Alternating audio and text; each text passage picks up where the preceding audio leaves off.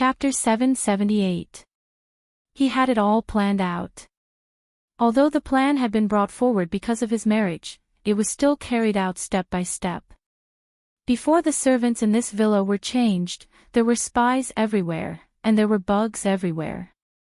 He could not touch those spies and remove the bugs. He could only treat Axian Man well and let Zhuang Yifeng know that Axian Man had completely betrayed him. He could only treat Axian Man well and let Zhuang Yifeng transfer all his hatred to Axian Man. At first, he couldn't bear it. After all, Axian Man had never harmed him. But what could he do? Xiaoye had been kidnapped once. She would be kidnapped again.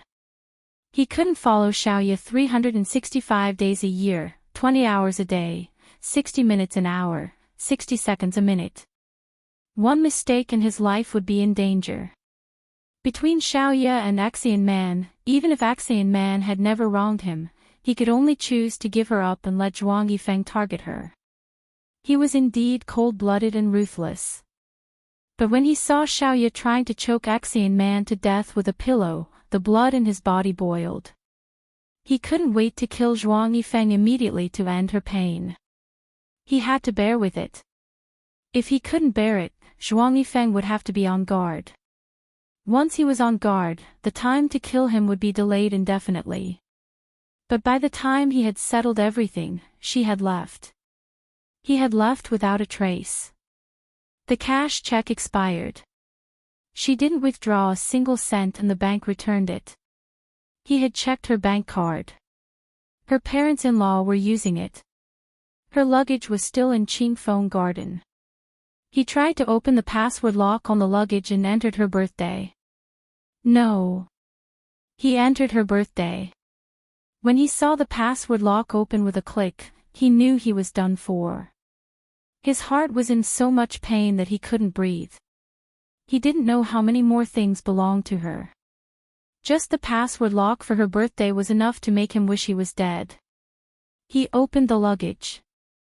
It was filled with her daily clothes. She only brought 3 pairs of her favorite shoes. But she didn't take these things with her. The bed sheets were clean and placed in the cupboard. When he took it out, it still smelled of the sun. It was as if she had washed it yesterday. He opened the drawer in her closet. There were some gift boxes inside. It was a small box with exquisite packaging. He opened it. There was a tie and a handkerchief. The box was not broken, but the things inside had been cut up. It was just that they had not been thrown away. He put the pieces together. The violet handkerchief had a pink edge and was very beautiful. It could be folded into a beautiful flower and inserted into the breast pocket of his suit. At the corner of the handkerchief, there was a word embroidered, Chin. The word Chin was also embroidered on the inner hem of the tie. He knew he had broken her heart. She was deeply hurt. She was so hurt that she didn't want to take anything with her, not even a change of clothes. At that moment he fell on the carpet beside the bed with a dull thud. He thought about how many times he had spent the night in Qingfeng Garden. The next day, he would kick her out of bed and hear her fall to the carpet beside the bed with a thud. He would see her crawl up and call out his name through gritted teeth, Zhuang Yichen. At that time, he was very happy. He hated it when she called him boss in bed and called him boss off the bed. He was a very calculative person. He would not accede to every request of someone who called him boss. It turned out that she had always been different when she was with him. That was why he had been hiding her. He was afraid that she would be poisoned by Zhuang Yifeng. When she went on a blind date and found out that it was Kang Yiyun, he was furious. He could believe that she was just putting on an act, but he did not believe Kang Yiyun. He hated her past. There was only Kang Yiyun in that part of her past, not him. Zhuang Yifeng had been eyeing him covetously. At that time, he did not care about anything. He went to the proposal venue that had been booked and dragged her back. Now that Zhuang Yifeng was gone, he did not have to hide anymore. He could openly take her out to eat, watch TV, and play overseas. Every day when he thought about this, he was in so much pain that he could not sleep. It was as if someone was gouging out his heart and cutting his flesh. The woman that he had spent so much effort to protect was like a seed planted in his body.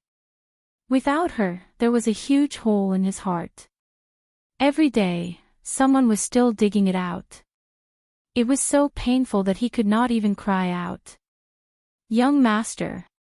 Li Yong did not knock on the door.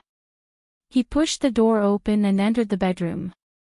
Now that Xiaoyu was not around, there was no need to hide too much. It was also to let Zhuang Yichen talk less. However, the moment he entered, he saw Zhuang Yichen curled up on the bed and crying softly. Li Yong's heart ached. He regretted coming in at this time. Zhuang Yichen usually hid it very well. He did not show much. At most, he would get angry. Now, he was curled up on the bed like a trapped beast. Why did he come in? Did he want to deprive a person who had nowhere to vent his pent-up emotions to hide in the room and cry? But he had already shouted. Just as he was about to leave, Zhuang Yichen shouted hoarsely, "Uncle Li." Li Yong responded with a trembling voice. Zhuang Yichen was still curled up.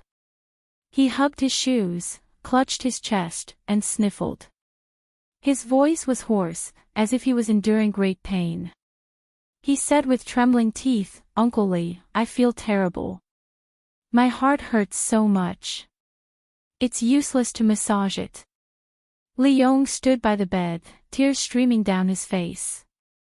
Young master, the photo studio has already redone the photos. I'm here to tell you. Should we still hang them in the same position? When they had taken the photos, Zhuang Yichen had tyrannically demanded that the photo studio delete all the negatives. When the photos were destroyed, Xiaoyu's face could not be seen.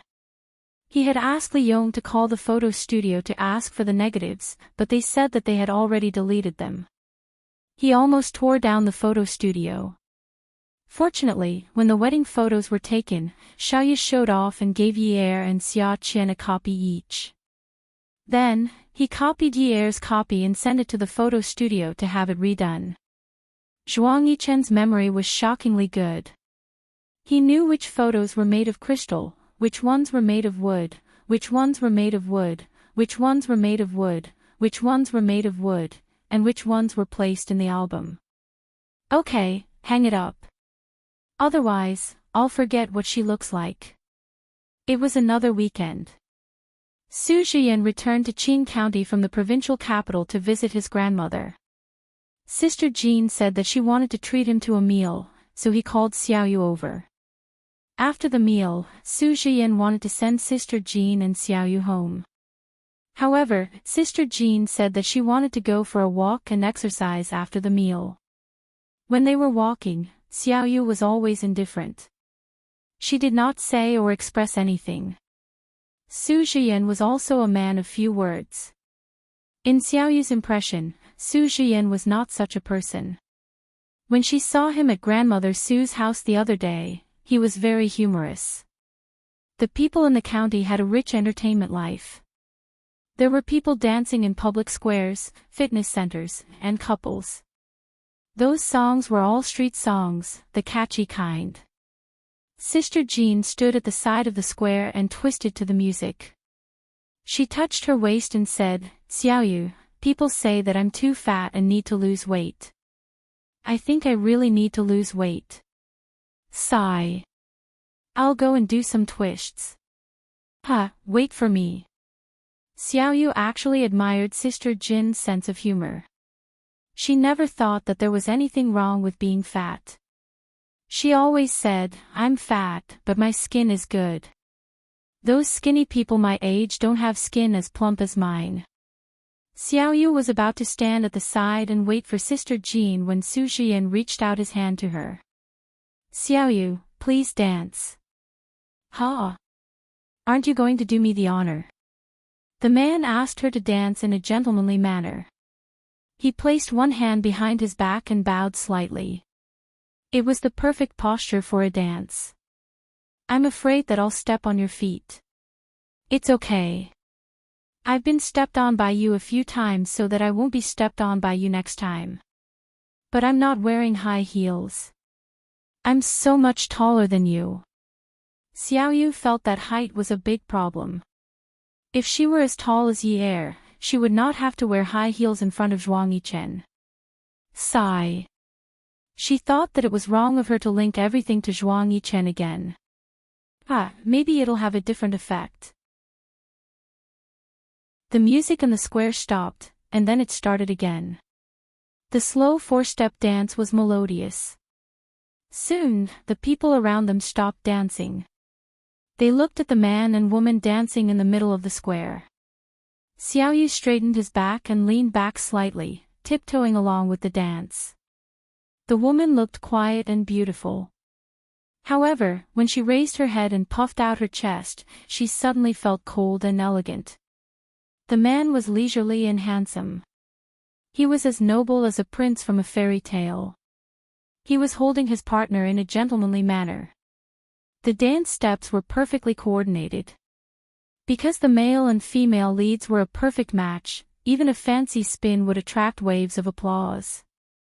Xiaoyu, actually, the best way to forget a relationship is to jump into another one. Have you heard of this saying before? Su Zhiyan was merely holding Xiaoyu's arm. It was only physical contact, unlike other people who wanted to pull the woman into their arms just for the sake of a pas de deux. His gaze was still looking in front. However, it was faint. Through the music, it reached Xiaoyu's ears. Ha! Xiaoyu was shocked. You don't have to hide or forget when you're healing a relationship. When you experience another relationship, you might slowly forget about it. People have to experience a lot of relationships in a lifetime. Some will be broken. When it's broken, there will be hurt. However, life goes on, doesn't it? Su Zhiyan led Xiaoyu around as he spoke in a gentle tone. Actually, you can settle for the next best thing. This time, Xiaoyu really stepped on Su Zhiyan's foot. However, she swore that she did not do it on purpose.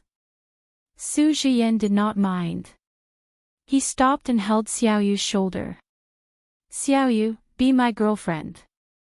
I think you don't have to wait until you've forgotten someone before you can accept someone else. You. How did you know? Xiaoyu put down her tiptoes and looked at Su Zhiyan uneasily. She had forgotten that his hands were still holding her shoulders. However, this gentleman only had a gentle smile. Even though it was night time and the lights in the square were not bright, his smile was so gentle. It was as gentle as the early spring sunshine. It was warm and did not hurt. Since the day I sent you home and asked you why you didn't want to earn money, I guessed that you were hurt. Awesome novel, Xinwu 799. Chapter 779. At your age, the things you make are exquisite and beautiful. You can definitely make a career in a big city. Moreover. Su Zhiyan smiled faintly, but there was a sharp light in his gentle eyes, as if he could see through everything. Moreover, I've already said that I'll introduce you to some business, but you're not willing to accept it. You can make more money easily, but you refuse. This means that you're afraid of being idle. You have exquisite handwork skills and understand design concepts.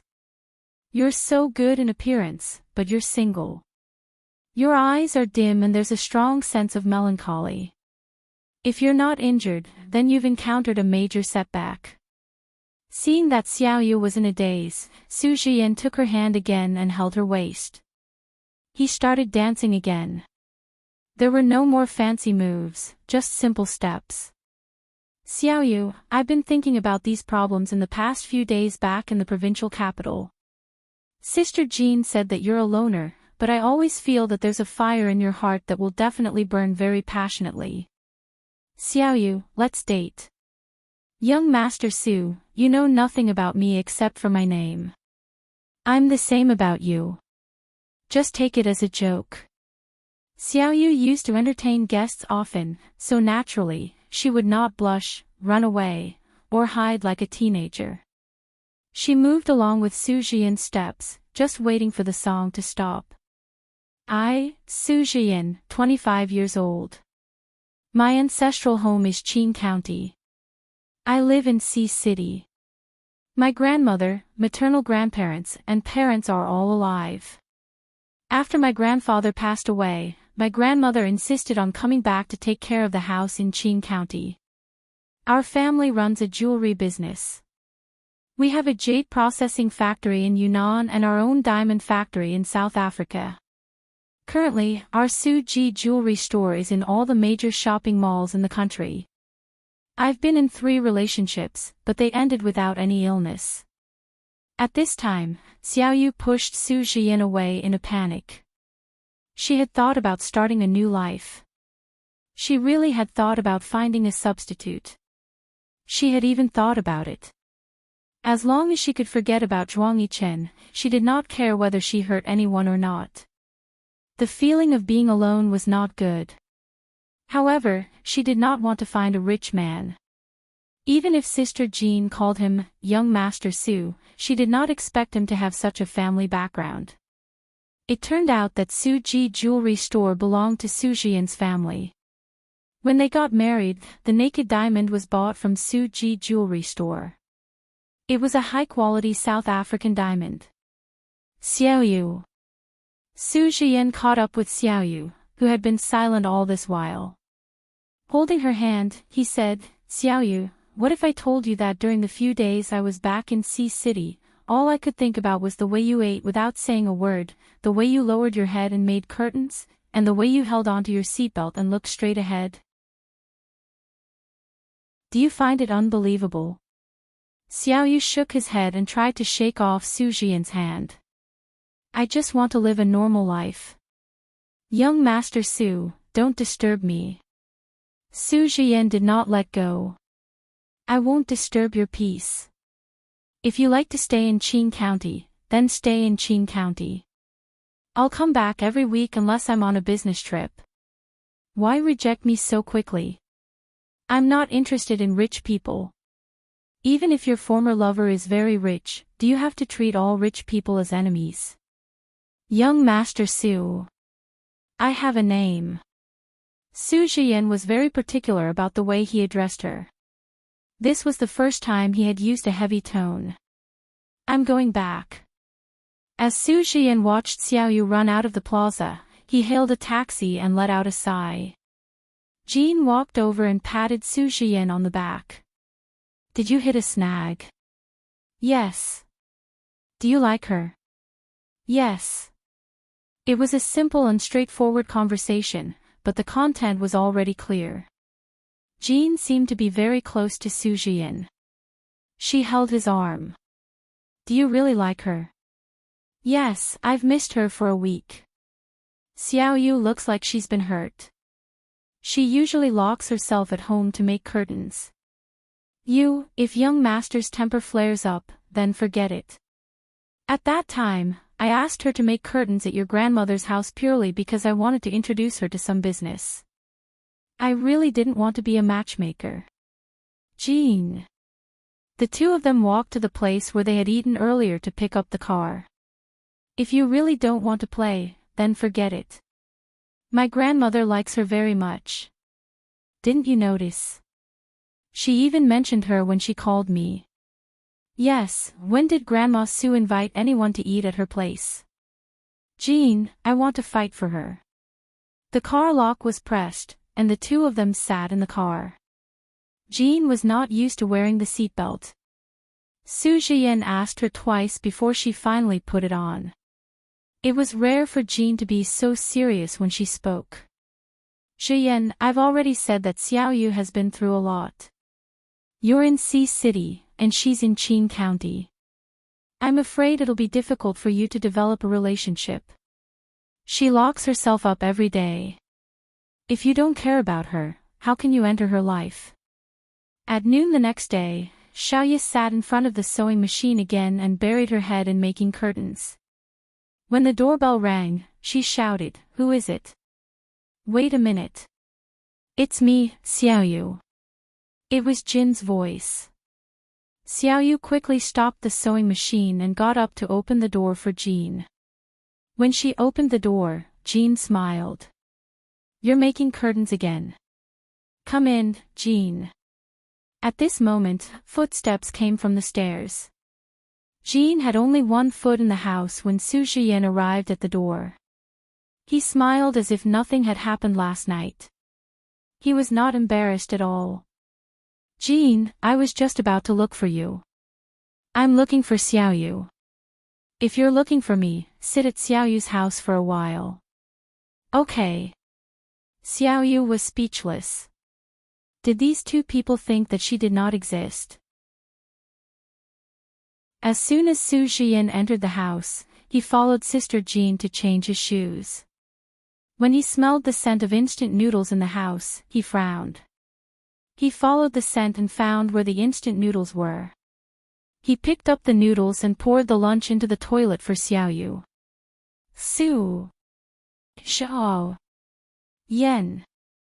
Xiaoyu wanted to kill this guy with a knife. How dare he do this in front of her? Su Zhiyan chose to ignore it. Don't eat those things that hurt your stomach and are not nutritious. Do you have food at home? You can make your curtains. I'll get something for you to eat. Sister Jean slapped her thigh and stood up. What kind of food does she have? She eats instant noodles every day. Wait here. I'll go upstairs and get it for you. I have a lot of food in the fridge. As Xiaoyu stepped on the sewing machine, she smelled the fragrance coming from the kitchen.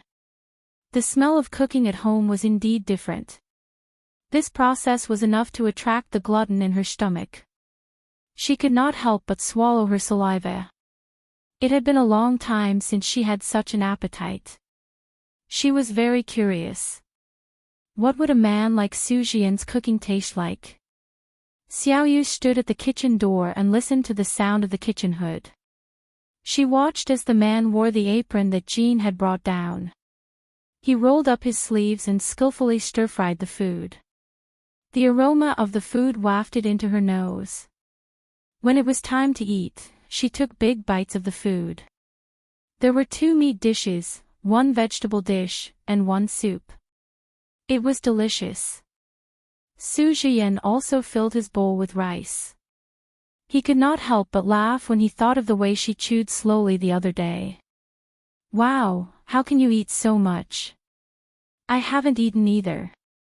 Leave some for me. I can't finish it. Do you think I'm transformed from a pig? The food would only taste better if one fought to eat it. When Su Zhiyan saw how relaxed Xiaoyu was while eating, he also tried his best to eat with her. For dinner, Jean consciously took a lot of food from upstairs. She said that she wanted to freeload.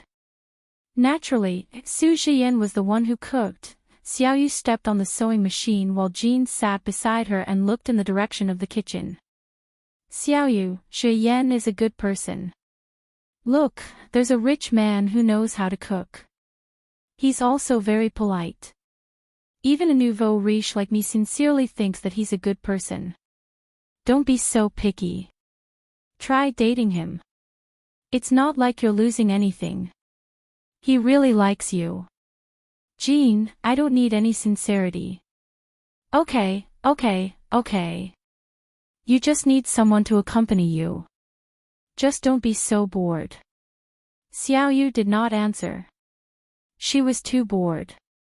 The more bored she was, the more she was surrounded by Zhuang Yichen. She needed to change the situation. Then, why don't you let Zhe Yan accompany you for a while and get to know you better? Jean asked. Jean, I'm divorced. Xiaoyu was still stepping on the sewing machine and did not stop. After being stunned for a while, Jean changed the topic. Xiaoyu knew that anyone would be calculative about this condition. It was good that she was calculative. She felt relieved. At night, Xiaoyu had already packed up and went to bed. Someone rang the doorbell again. Jean was the only person who would ring her doorbell so late at night. When she walked to the door, she looked out through the peephole. It was Su Jian. Xiaoyu wanted to pretend that she did not hear anything. She turned off the lights and was about to go back to sleep. However, the person outside the door had already spoken. Xiaoyu, I know you're here. The lights were on just now. Now that the lights are gone, Jean told me. Xiaoyu, I miss you. I don't mind. You're already divorced. You're alone now. Xiaoyu, aren't you tired of tying yourself up? Where are you going to find a man like me who's willing to be your substitute? I just think that since I like you to the extent that I can see you even when I close my eyes, and you're not in a relationship right now, why don't we try dating? As soon as he said this, the door was pulled open.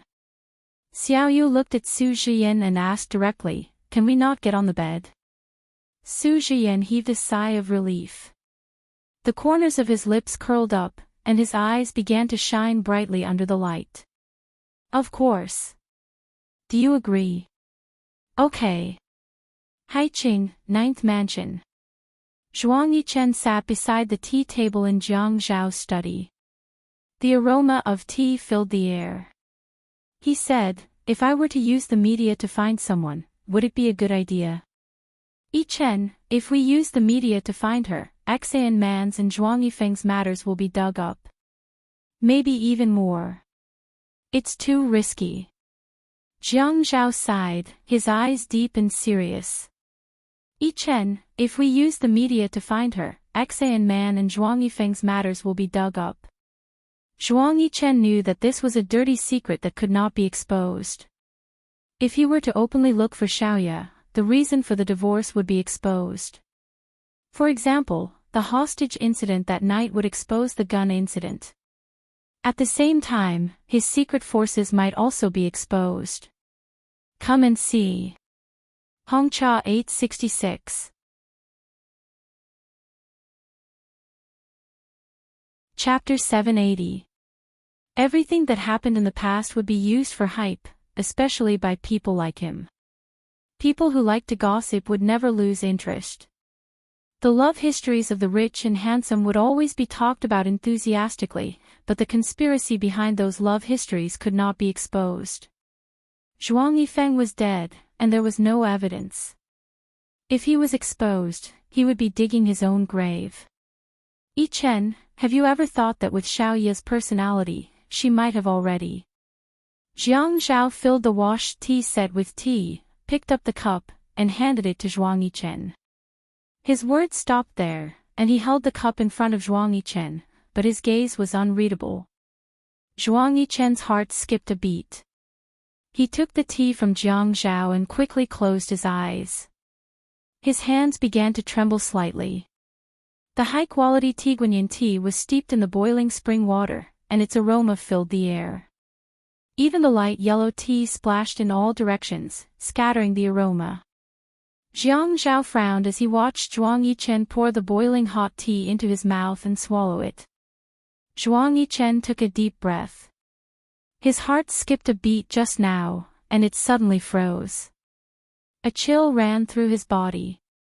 Fortunately, there was a cup of boiling hot tea. It was not that he had not thought about what Jiang Zhao said. He had thought about it before, and that was why he wanted Jiang Zhao to help him come up with ideas. In the past, he thought that man could conquer nature, but now, he felt powerless. He wanted to surrender and admit defeat. He could not stand the futility, hopelessness, and disappointment every day. He knew that if this happened again, he would be in despair. He restored everything. The photos, a quilt, shoes, clothes, tie, handkerchief, and the furnishings in the room. Even the skincare products she used, he put them all back in their original position. Just like that. Day after day. He could not hold on for much longer. He was afraid. He was afraid that if this continued, he would either die or go crazy. He had never been tortured like this before. Back then, when Zhuang Yifeng snatched Xian Man away, he did not want to get her back so desperately. He did not even think about it. He did not even take the initiative to look for her. It was Axian Man who felt sorry for him and took the initiative to look for him. He thought that it was probably because he felt that he did not owe Axian Man, so he did not feel anything. But on the other hand, what did he owe Xiaoya? He didn't give her less than Axian Man, but he gave her so much more than Axian Man. What else did he owe her? In the end, he realized that he had abandoned himself and his heart with her. It was because she had never asked for anything that he was at ease with her. He was at ease with her if she did not go and provoke other men. He was at ease with her if she never disturbed him. His heart was placed entirely on her. Once she left, she took them all with her. He wanted to take him away, but he didn't want to take him away. He wanted to leave a body like this. It was clearly a body, but it still hurt. Every day, he had to endure the pain. In his dreams, he had to endure her shadow coming back to dig out his flesh and drink his blood. He started to be jealous of Kang Yun. How much pain did little Ye have in the past for her to want to die? Was it like him now? What he hoped for now was that she did not love him as deeply as she loved Kang Yun. She did not want to die because of sadness. If that was the case, he could continue to look for her. How could he not know that with Xiaoya's personality, she might already have a man? He did not say it, but it did not mean that he did not think about it. After all, he knew that she found him because she was abandoned by Kang Yun. Her goal was so clear. She was using him to forget Kang Yun. He knew that she would do it. She was actually a decisive person. She wanted to commit suicide for Kang Yun. She wanted to be his lover. She wanted to force him to marry her. Every time, she would force herself to the road of death. She forced herself to find a way to live. He knew that she loved him. Otherwise, she wouldn't have wanted to marry him. She wouldn't have wanted to suffocate Axian Man. She wouldn't have even locked the lockbox with his birthday. She wouldn't have cut everything and left nothing behind. She loved him too much. That was why she left so decisively. She did not want to take any memories with her. She was looking for a way to live. She left to find a way to live. He knew it all, but the road in front of him was a dead end. Zhuang Yichen's heart started to hurt again. It hurt so much that his face turned pale. He and Jiang Zhao did not need to say much. The other party could understand. Yichen, how about this? 3 days. I'll use 3 days to get the people from the Industry and Commerce Bureau to find all the registration information of all the clothing companies and factories in the country for you. Xiaoya has a skill. When she left, she did not take her passport with her. Could she have left the country? We'll look for her in the country. We'll start with the clothing line. If it doesn't work, we'll do a big search. If it doesn't work, I'll ask Zhua Hao for help. Some of the things in the army are very advanced. Are you afraid that we won't be able to find thousands of Xiaoya Qius? Zhuang Yichen's throat was choked up. He could only nod and take a deep breath. Brother Zhao, thank you. Jiang Zhao had never seen Zhuang Yichen reveal his own predicament and weakness in front of him. He was touched. It's just that I happen to have such resources. It's convenient for you. I also know that you're anxious. Spring came and went. Cold came and went. Time always changed people's situation. The summer in the southern cities was always long. The cold came later. This autumn, the flowers were still blooming. It had been 2.5 years since they left Haiqing. Xiaoyu brought his 1.5-year-old daughter to chase butterflies in the garden in front of the villa. The little girl's hair was very shiny. It was thick and black. It almost reached her shoulders, but it was not tied up. Her face was pink and delicate. The little girl stretched out her little hand and reached out when she saw the butterflies in the garden. She did not run very fast and fell from time to time. However, her gaze was still on the butterflies in the garden that were chasing around the flowers. Mommy, Mommy, Xiaoyu's long hair was draped over her shoulders. She squatted by the flowers and pointed her index finger at the little girl. Her eyes were wide open. Show. Baby, show. The little girl's eyes were bright. She imitated her mother and pointed her index finger at her mouth. Her eyes were wide open. Show, show. Baby, show. Xiaoyu had a blissful smile on her face. Seeing that another butterfly had landed on the flower in front of her, she carefully held out her palm in an attempt to catch the butterfly. The little girl imitated her mother and stood by the flower shrub, holding out her palm. However, her actions were careless. The little girl laughed and screamed excitedly. Ah! Shoo, shoo, baby, he kept saying. The child was imitating her mother. She picked a sentence and said it many times. It was better if she was noisy. She saw that her mother was serious and wanted to destroy the butterflies. She ran over, scared them away, and continued to chase after them. Yo-yo! Xiaoyu laughed and shouted. Yo-yo ran dangerously and laughed along the way. The reason why it was said that Yo-yo was running dangerously was because she looked like she was running unsteadily and could fall at any moment. However, she continued to run without any fear. Xiaoyu saw that Yo-yo was wearing a pink and blue princess dress.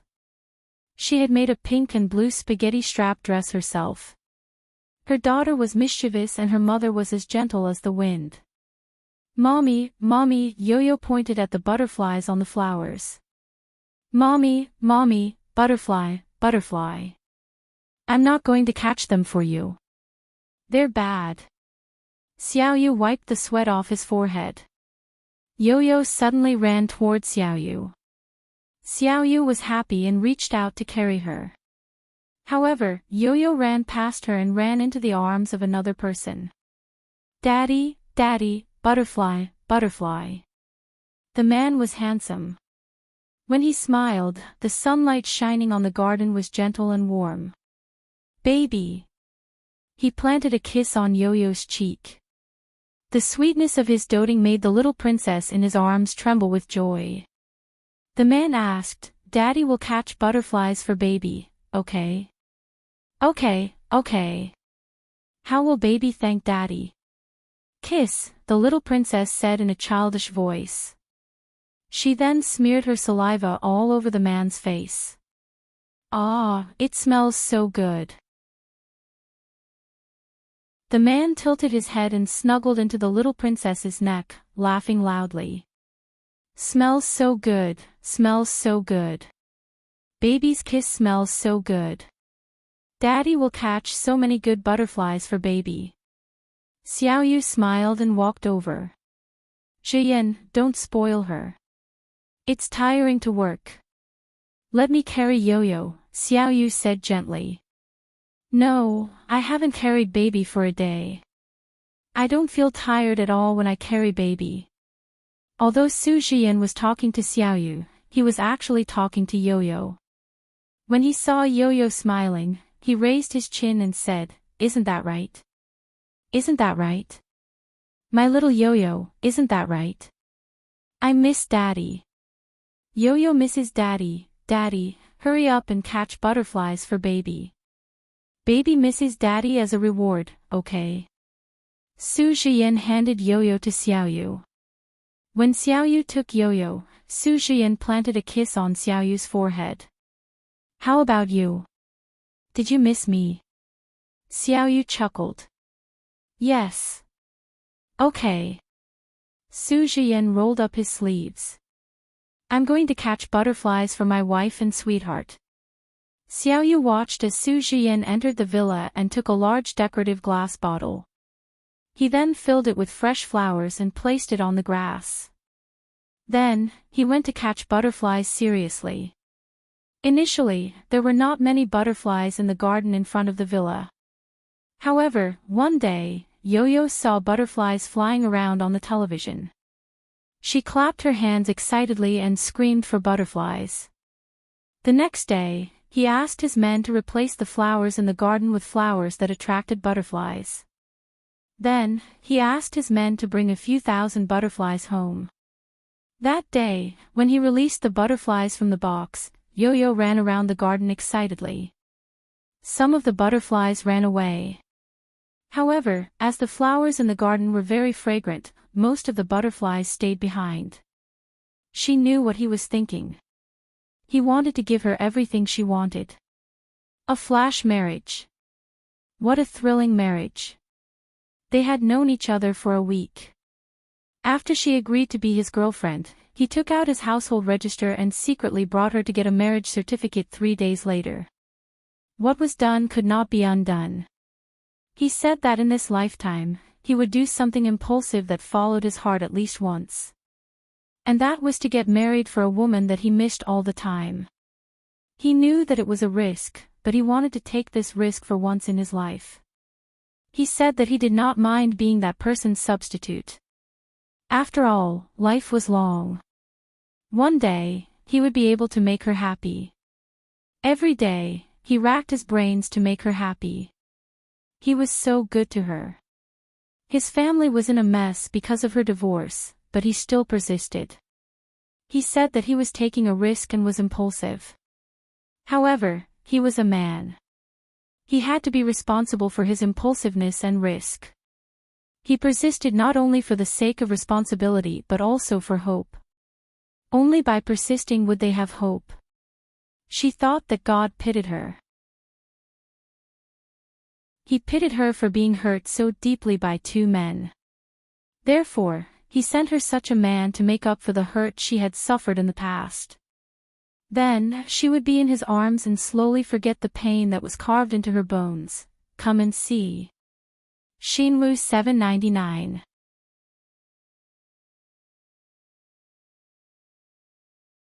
Chapter 781. At night. Su Jian was in the nursery, holding Yo-Yo in his arms as he told her a story. His voice was gentle and soothing. Once upon a time, in a forest, there lived a mother pig, a father pig, and 3 adorable pig babies. One day, the mother pig felt that the babies had grown up and it was time for them to leave their parents and live independently. She wanted them to build a house of their own, and the eldest one made the first move. Yo-Yo suddenly burst into tears.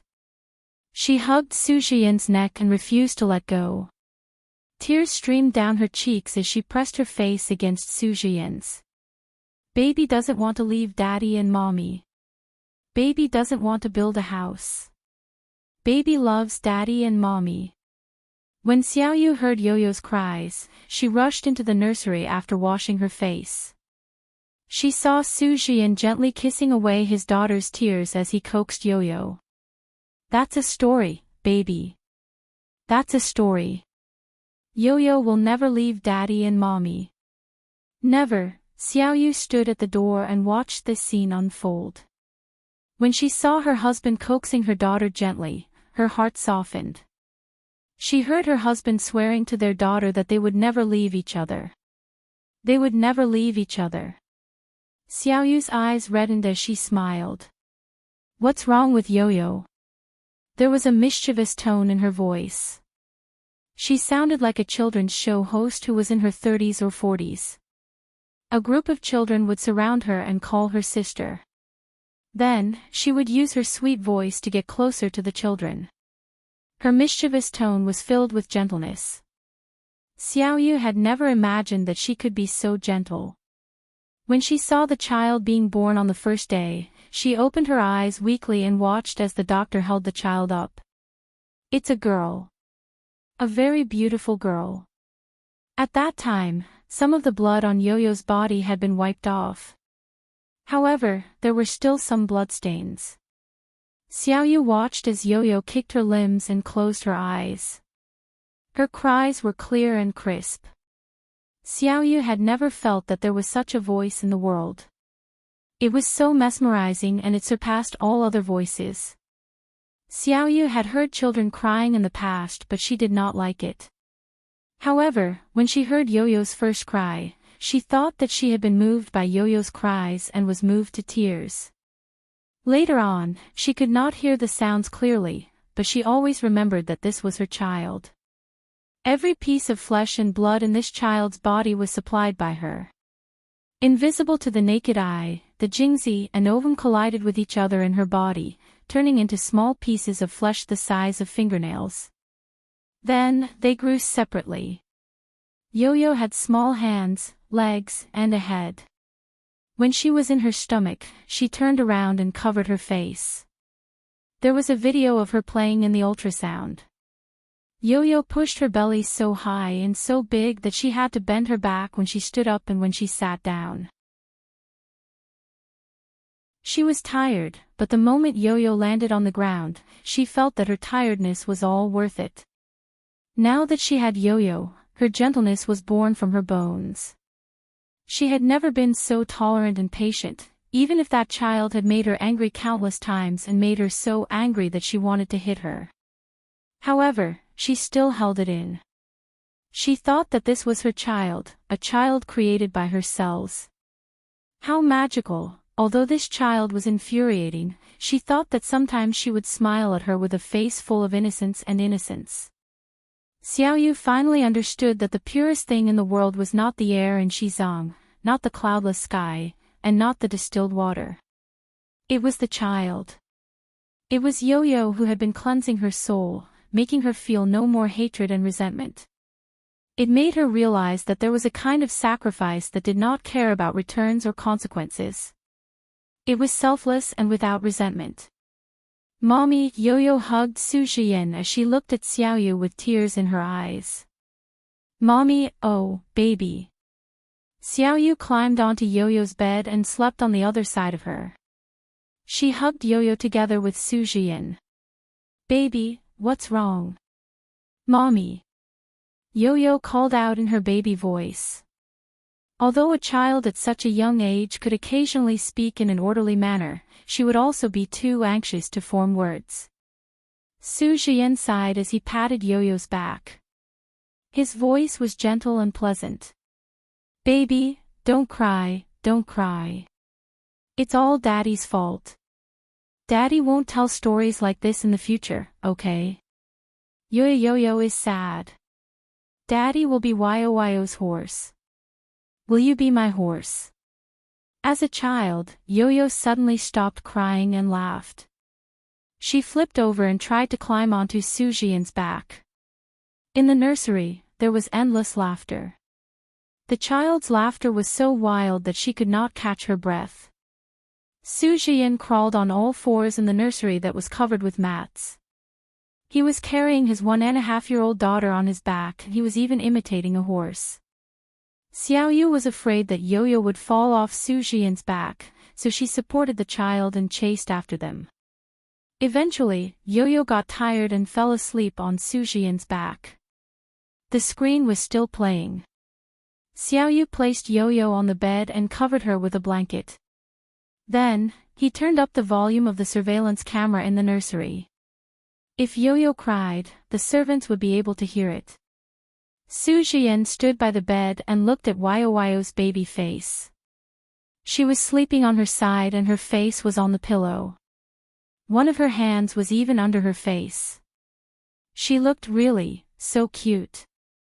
Hugging Xiaoyu in his arms, he kissed her face. Xiaoyu, Yo-Yo is so cute. She held his hand and leaned against his shoulder. Then, she wrapped her arms around his neck and said coquettishly, Okay, let's go to bed. You still have to go to the city tomorrow. Okay, he said as he hugged her and kissed her on the lips. The next day, Xiaoyu came out of Su Zhiyan's arms. Okay. He pulled her over and buried his head in her hair. Xiaoyu, sleep for a while more. Zhiyan, I'm bringing Yo-Yo to the amusement park today. You sleep first. I'll go and tidy up Yo-Yo. I'll send you there. Su Jian sat up on the bed and hugged Xiaoyu's waist. I'll send you there. It's okay. I'm free anyway. You're the one who's not free. It's so tiring to take care of the baby. It's not tiring at all. I have a nanny. I'm going to send you there. Let's go together. Xiaoyu smiled. She really did not know what to do with him. Yo-Yo did not want the nanny to carry her. Xiaoyu always carried her when they went out. When she got out of the car, the chauffeur looked straight ahead. Su Jian got out of the car and hugged the mother and daughter. Have fun. Call me when you're done. I'll come and pick you up. I'll call the chauffeur, Jian. Xiaoyu could not help but laugh. Don't be like this. We've been married for so long. You're always like this. Su Jian shook his head. No, no, no. We'll always be in a relationship. As he spoke, he kissed Yo-Yo. Baby, right? The child said in a childish voice, Daddy and Mommy are a perfect match. Ha! Ha! Su Jian and Xiaoyu laughed together.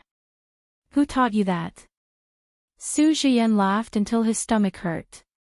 As he touched Yoyo's face, he could not help but kiss her again. Little Bao was really cute. Auntie. Su Jian looked forward and saw the auntie who had just come out of the passenger seat. She was carrying a lot of bags. Su Jian smiled and said, Sister, starting from this month, I'll give you a raise. Xiaoyu carried Xiaoyu as the auntie queued up to buy the tickets. The amusement park was located near the city. There was a lot of traffic here. Many people brought their children to play, so there was a lot of traffic. Many people had to queue up for an hour. Yo-Yo pointed at the car and said to Xiaoyu, Mommy, red. Mommy, black. White. Silver. Xiaoyu slowly agreed. Baby, you're awesome. What's the color of the lantern on the tree? Red. What's the color of the pot of flowers? Purple. Baby, you're awesome. What's the color of the car? Orange. In the middle of the traffic, a black car was blocked by many cars. The car plate could not be seen clearly, but it was very clean and luxurious. It was different from the other cars on the road, which were all gray. Xiaoyu stood in front of the ticket counter in the amusement park. She was carrying her daughter and talking to her about the colors. Her face was gentle. The autumn wind blew, and her silky hair was fluttering. Today, she was wearing sportswear. It was a matching outfit with Yoyo's. It was pink. She liked these colors. She would wear all the colors that were suitable for Yo-Yo. The mother was young and beautiful, and the daughter was beautiful. Such a pair of mother and daughter would always attract attention. The black car was so dark that one could not see what was going on inside. However, there was an even darker shadow in the back seat. It looked like the outline of a person. Xiaoyu kissed Yo-Yo on the cheek. Reward, baby. Madam. The housekeeper came out of the crowd with the tickets. She raised her hand and waved at Xiaoyu's back. Madam, the tickets are ready. Oh, let's go and play. Let's go and play.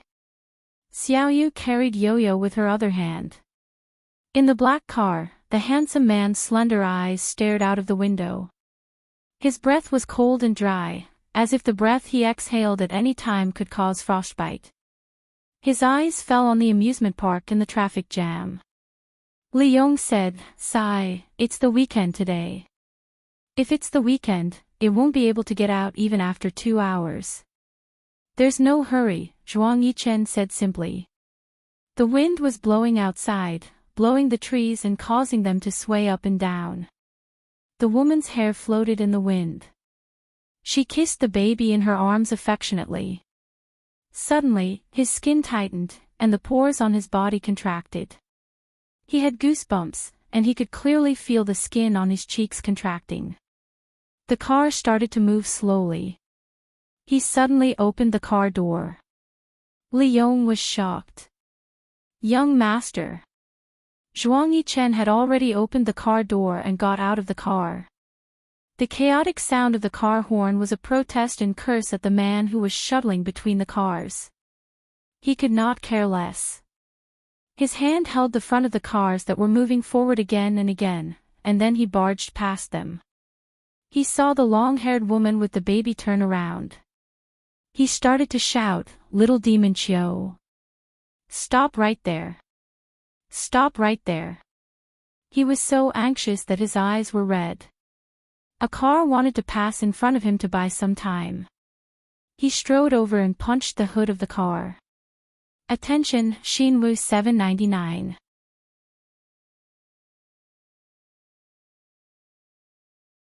Chapter 782. The person in the car was clearly the one who had suffered a loss, but when he opened his mouth to scold him, he saw the man's eyes.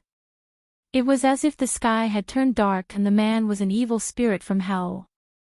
The man behind the steering wheel opened his mouth in shock. The car suddenly stopped. Xiaoyu seemed to have heard someone calling, "Little demon Chiu." That voice was mixed in with the noise. She carried Yo-Yo and quickly paid for the ticket. There was a voice that had been sealed. She would never remember it again. Even if it was familiar. Xiaoyu knew that she was a loyal and heartless person. When she loved, she would break her bones. When she forgot, she would break her bones and body at all costs. After her rebirth, she would help her husband and raise her children and live a peaceful life. Zhuang Yichen saw the way the woman carried the baby girl. She pointed here and there with a gentle smile as if she was saying something to the baby girl. She was very patient. He had never seen little demon Chiu with long hair. He had never seen such an elegant little demon Chiu. A seal was placed on her. She was no longer little demon Chiu. She was Xiaoye Chiu. He chased after her but was stopped by the staff at the entrance. He did not buy a ticket. Now, he had to queue to buy a ticket. He took out his wallet from his pocket. When he opened it, there was no cash. There was their wedding photo in the wallet. He gently hooked her chin and kissed her. There was sunlight on the other side. It shone through, blurring their silhouettes. However, what was clear was the deep love between their lips. There was no pretense. He just kissed her passionately. The photographer liked this photo very much. The photography studio said that they needed their permission to advertise the photo. They would pay for it. What a joke. Would he want that money? Not to mention advertising, he would not even leave the negatives for them. Did he get the wrong person? But how could he get the wrong person? Other than the clothes, the aura, the hair, actually, other than her face, there was nothing else that resembled his little demon. But even if it was just her face, he had to find her. She had caused him to be unable to sleep peacefully for more than 800 days and nights. How could he let her go? Whose child was that? He clenched his fists tightly. The person carrying the bags looked like a nanny. Did she hire a nanny? He didn't dare to think in that direction. He just wanted to find her and wait until he found her. The sun had risen high in the sky. The sun in the south was always unbridled, even in autumn. This was different from Sea City. The sun was already setting in the west. It hung in the distance, growing redder and redder, smaller and smaller. As the night approached, he stood at the exit and looked at everyone who came in through the exit. He had been standing for a very, very long time, but he didn't feel tired at all. The child with a childish voice shouted happily, "Daddy! Daddy!" He had no interest in paying attention to it. But she heard a woman's voice. She shouted, Shiyan, we're here. Daddy. Daddy. Zhuang Yichen looked in the direction of the voice and saw her waving in front of her. Before he could see who she was waving to, he rushed over without hesitation. After rushing over, he hugged her in his arms. Together with the little girl in her arms, he hugged her in his arms. He had thought countless times that if he saw her, he would definitely kill her, torture her, scold her, and hit her. But in the end, he just hugged her. When he hugged her, his whole body twitched. He couldn't smell the familiar scent. She didn't wear Chanel perfume, and there was no powder on her face. She didn't wear makeup, and she didn't even use foundation. There was only a faint smell of skincare products on her face. It wasn't Lancome, and he couldn't smell anything else. Little demon.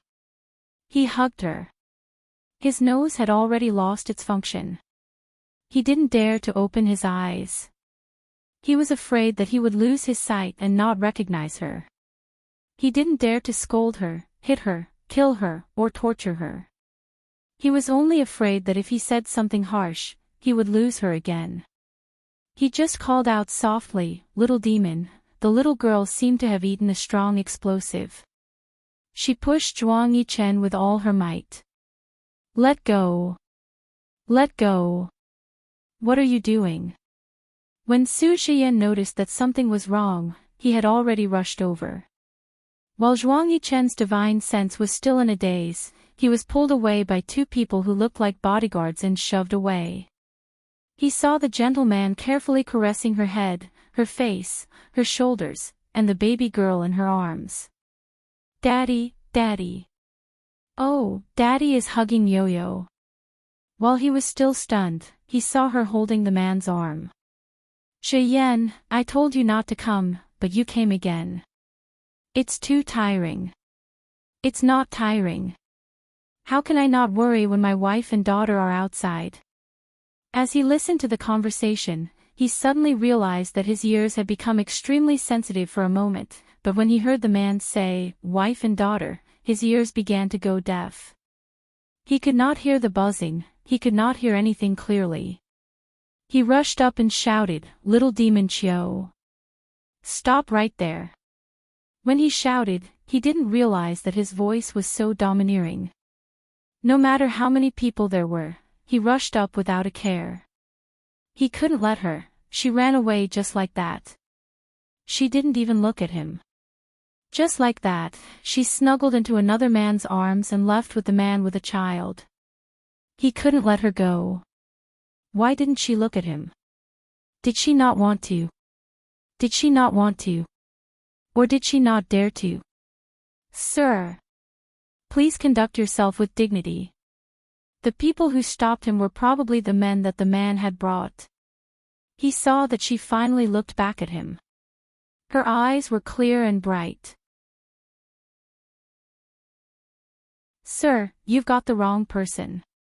He looked at the man beside her and patted her shoulder comfortingly. "Let's go." "Okay.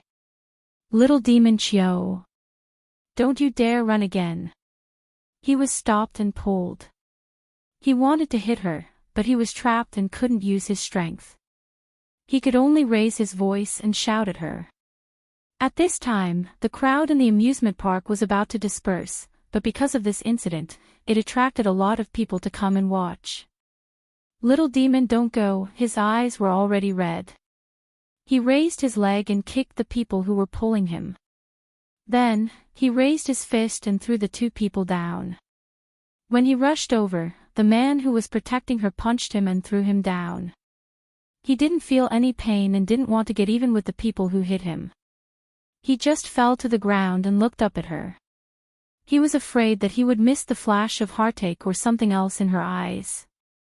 However, he couldn't see anything. He only heard her say unhappily, "Sir, my husband is a very cultured person. You really went too far for him to get involved. I'm not someone you know." Su Jian's clenched fists were trembling. He only felt relieved when he put his arm through another hand. He took Yo-Yo from her arms and carried her in his arms. Baby, go home with Daddy and Mommy. The crowd had already dispersed. He stood up when he saw those people walking towards the parking lot.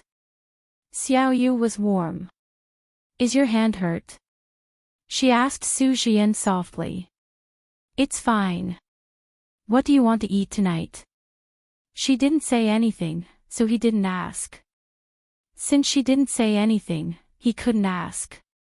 He didn't dare to ask. They ate dinner in silence. Yo-Yo was always able to liven up the atmosphere at the table. Daddy, Mommy.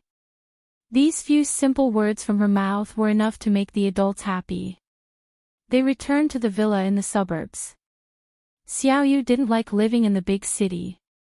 She used to live in Qing County. However, after they got married, Su Jian asked her to move to the suburbs outside the city. It was not in the city and it was quiet. Moreover, if she didn't move out after getting married, the Su family would have something to say. There were some bugs outside the villa. It seemed that they hadn't used up all their energy and wanted to vent. Late at night, on the bed in the bedroom on the second floor, Su Jian turned to his side and stroked Xiao Yu's hair. I'm going to sleep in the guest room. Jian, have you forgotten? We're husband and wife. Xiao Yu pulled him and hugged his chest. Yes, I haven't forgotten. Xiao Yu, how could I forget? He hugged her and hugged her tightly. How could he forget that they were husband and wife? She was the wife that he loved dearly and he was the husband that she relied on. I want to move. He didn't ask for the reason. Instead, he answered eagerly, okay, where do you like? We'll move immediately. Outside the villa, there was a black car parked outside. The man sitting in the car seemed to be extremely cold, because his fists were clenched tightly and he was trembling from the cold. Uncle Lee, hurry up again. Why haven't you found anything yet? Young master, please wait for a while. The information should be sent over soon. Zhuang Yichen closed his eyes. He couldn't look at the villa outside the car window. There were lights and people. Someone shouted, Sir, Madam, Mrs. back. Indeed, she had found her way out. Indeed, she had found her way out. However, she had left him in a dead end. How could she do that? She was trying to drive him crazy. When the information was sent over, Li Yong read it out loud. Su Jian, the young master of Su's jewelry. Currently, all the high-end shopping malls in the country have Su's jewelry counters. He has his own jade processing base in Yunnan and a diamond factory in South Africa. He's on the wealthiest list. Before he could finish, Zhuang Yichen interrupted him. He rarely showed his temper in front of Li Yong. Don't read me these useless things. I want to know when he got together with Qiu Xiaoyao. And that child.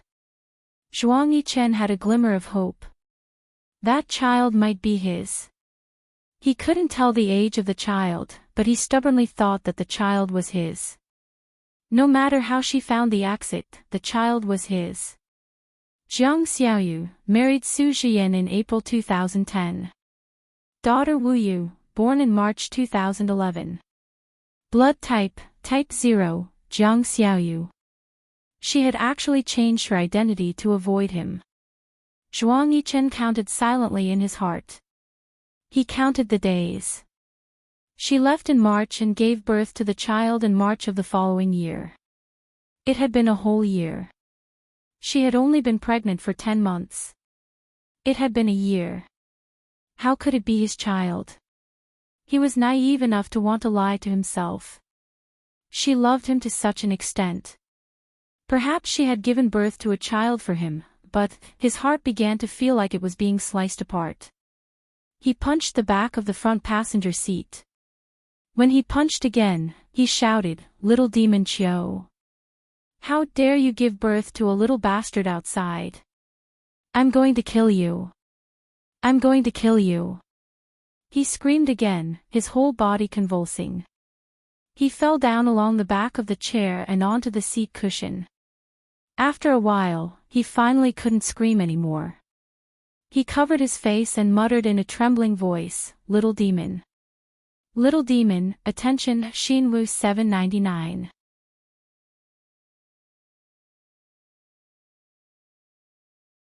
Chapter 783. Although Zhuang Yichen's heart was filled with grief, after experiencing countless disappointment and despair over the past few years, he was able to keep his cool. In the past, when he couldn't find her, he could always comfort himself by telling him to wait and see. Now that he had found her, he couldn't act on impulse and do something that he would regret. That night, Zhuang Yichen arranged for people to guard the Su family's villa in the suburbs. He left for Haiqing himself. He told Jiang Zhao over the phone that he would meet him face to face. Those two short words already concealed the turmoil in his heart. When he arrived at Jiang Zhao's house, Jiang Zhao led him upstairs. He thought of Jiang Zhao's twin sons, and his heart swayed. If Xiaoye hadn't left with such hatred, his children would be about the same age as these two. Therefore, even though Zhuang Yichen was usually indifferent to everyone, he liked Jiang Zhao's twin sons very much.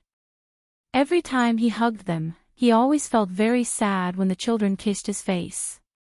At this time, the two little guys were also asleep. When he followed Jiang Zhao into the study, he couldn't help but glance at the nursery. Jiang Zhao patted him on the shoulder. The two little guys are too tired from playing. They fell asleep long ago. Children sleep early and grow taller. With ye heirs and my height, they can't sleep well and won't be short. Zhuang Yichen gave a rare smile. I hate it when you're showing off. It feels like you're asking for a beating.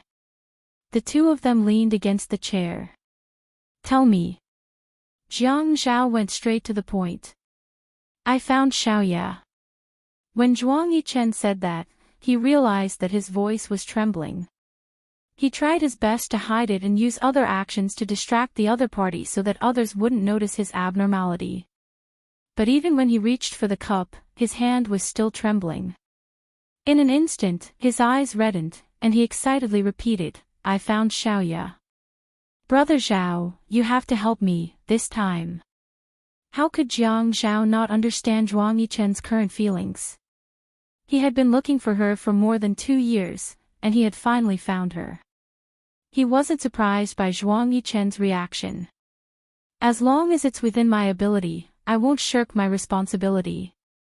After knowing Jiang Zhao for so many years, Zhuang Yichen knew that Jiang Zhao was already very close to him to say such words. But what he wanted was far from enough. No. I need you to help me now. After Zhuang Yu's eyes, with Zhuang Yichen, with Zhuang to Zhuang's to him. Yichen to with Zhuang Yichen. I can't promise you that. Brother Zhao, if you help me this time, I promise that as long as you help me get Xiaoye back, I'll do anything for you in the future, and I won't ask for anything in return. Never. I, Zhuang Yichen, will never complain about what you want me to do, even if I have to climb a mountain of swords or plunge into a pot of boiling oil. Jiang Zhao pressed his forehead. This time, he used so much force that his forehead hurt. He seemed to have heard these words before. Oh right, Shen Kai. Back then, because of Shen Xian's matter, Shen Kai had also looked for him and said the same thing. He knew that some men were like this. They would never make promises lightly. Once they made a promise, it would be worth 1,000 gold. Yichen, I'm not trying to shirk my responsibility. I know that for you to make such a request of me, it's obviously difficult. But you know my family background. There are some things that you can't afford to get involved with. How could Zhuang Yichen not understand? When they were together, gains and losses were the most important consideration. Brother Zhao, you've been with me all these years, and we've gotten into a lot of trouble. If anything happens, I'll take full responsibility. I won't drag you down with me. Don't tell me that you don't trust me with this little bit of character. Jiang Zhao sighed and said, tell me, how do you want to do this? Xiaoya is married. I want her to get a divorce. Married? Yes. The other party is the young master of Sue's jewelry. You know that Sue's jewelry stores are all over the big shopping malls. When Xiaoya and I got married, we picked out the diamonds there. His power is not to be underestimated. I can't act rashly. But you have the ability to help me create a disturbance in the Su family. Yichen, have you considered the possibility that Xiaoya and the young master of the Su family have feelings for each other? Zhuang Yichen shook his head coldly and said, I don't care. Even if there are feelings, they have to be broken. Jiang Zhao sighed and said, that's too much. He knew that Zhuang Yichen was anxious, but he wasn't that impulsive. No, the Su family has roots in the south. The Peis and the Qins have a marriage agreement. You have a good relationship with Shen Kai.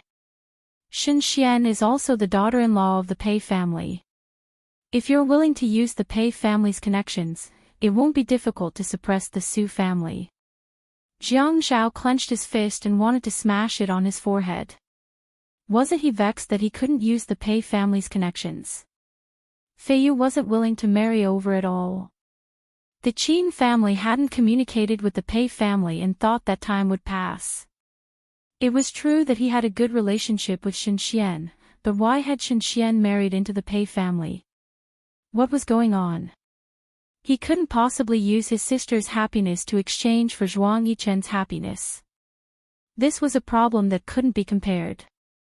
I don't want to use the Pei family's connections for the time being. I'll think of another way.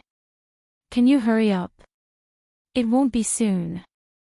Brother Zhao, I can't wait too long. What do you want the Su family to do? The possibility of bankruptcy. That's impossible. After all, they're very powerful. However, the huge turmoil has caused the family to pressure them to get a divorce. This must be done quickly. It can't be delayed. Zhuang Yichen knew that a long delay meant trouble. The longer they delayed, the more prepared they would be.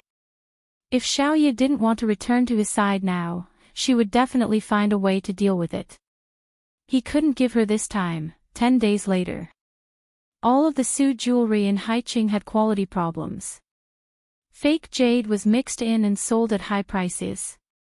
There wasn't enough gold, and the diamond grade certificate was fake. Shoddy goods. The Supreme Court of Haiqing handled customer complaints and broadcasted the news on the provincial TV channel. This news quickly became the first news on the provincial TV channel. The newspapers and periodicals occupied the main page. For a time, the Su family was in danger. They also regretted it. The chairman of the Su family was listening to the phone with his eyes closed. The man on the other end said lazily and confidently, I just want your son to divorce Jiang Xiaoyu, and this matter will settle down. Zhuang Yichen knew that he couldn't go out and force Xiaoya. He had to wait for her to appear.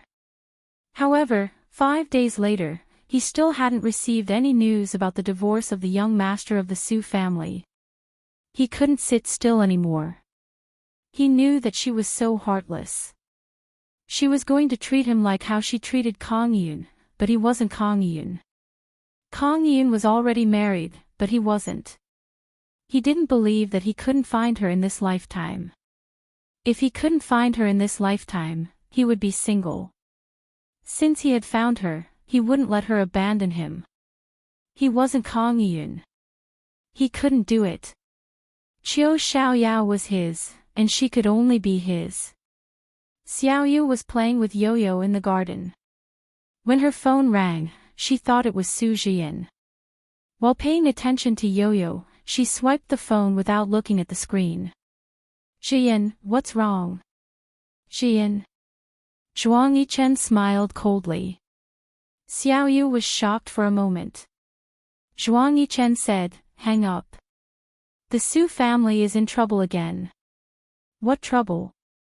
Xiaoyu didn't understand. It seems like you don't know. The Su family is about to collapse, and it's all because of you. Xiaoyu rarely watched television, especially the news. She wouldn't even touch the internet. She didn't want to contact the outside world, so how could she know about the Su family situation? What has it got to do with me? Because I've said it before.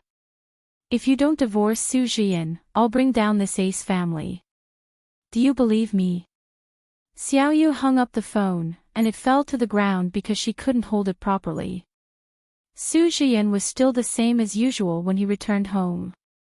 He still had a warm smile on his face, and he took care of his daughter and her carefully. He told his daughter bedtime stories, kissed her, hugged her to sleep, and kissed her passionately. She turned on the computer at home and began to search. When she saw the full page of news, she began to cry. The location of the incident was Haiqing. She knew that Zhuang Yichen had the ability to do so. How could a family with a diamond family's reputation be tarnished? However, her husband, who had helped her through thick and thin, was smiling gently in front of her. He was gentle and meticulous. How could he do this when such a big thing had happened to his family? He could do this. Su Jian. Xiaoyu lay on the computer table, sobbing uncontrollably. All these years, she had never cried for another man. Su Jian said, Xiaoyu, I can't say that I can walk into your heart and make you feel happy, but I won't make you cry. I'll do my best to make you smile. When she was with him, she really didn't cry. He was always thinking of her. He let her sleep in peace and let their daughter Wu Yu. In order to make her stop crying, he endured the pressure and smiled at her. How did he manage to smile? Xiaoyu cried until she had no energy left. She knew that Zhuang Yichen was the kind of person who would do things to the end. She couldn't find her phone, so she ran back to the garden. Yo-Yo was still catching butterflies outside. Xiaoyu picked up the phone on the ground and dialed the number that she had just received. The person on the other end picked up quickly and shouted anxiously, Xiaoyao. Zhuang Yichen, you're so ruthless. Do you still want me to come back to your side? Xiaoyao, I want you to come back to my side every day. Every day. Xiaoyu laughed sarcastically. Ah, that's funny. Aren't you a clean freak? I've already remarried. I have my own husband. I have the most intimate relationship with him. You actually want someone else to sleep with you. There was silence on the other end of the phone. Just as Xiaoyu was about to hang up, Zhuang Yichen let out a long sigh. Xiaoyao, you dare to climb into my bed to forget Kang Yun. Do you think I don't know that you'll use the same method to forget me? For the past 800 days, I've already known that you have another man. There's no doubt about it. It's just that I haven't been able to find you. Are you a clean freak? The tie on my neck and the handkerchief on my chest have only been washed twice in the past 2 years. Do you think I'll find them dirty? Xiaoyu listened to the man's voice on the other end of the phone. A man who refuses to let go of the past is the most. Before she could finish her sentence, Zhuang Yichen continued, the most useless. Come and see, Hongcha 866.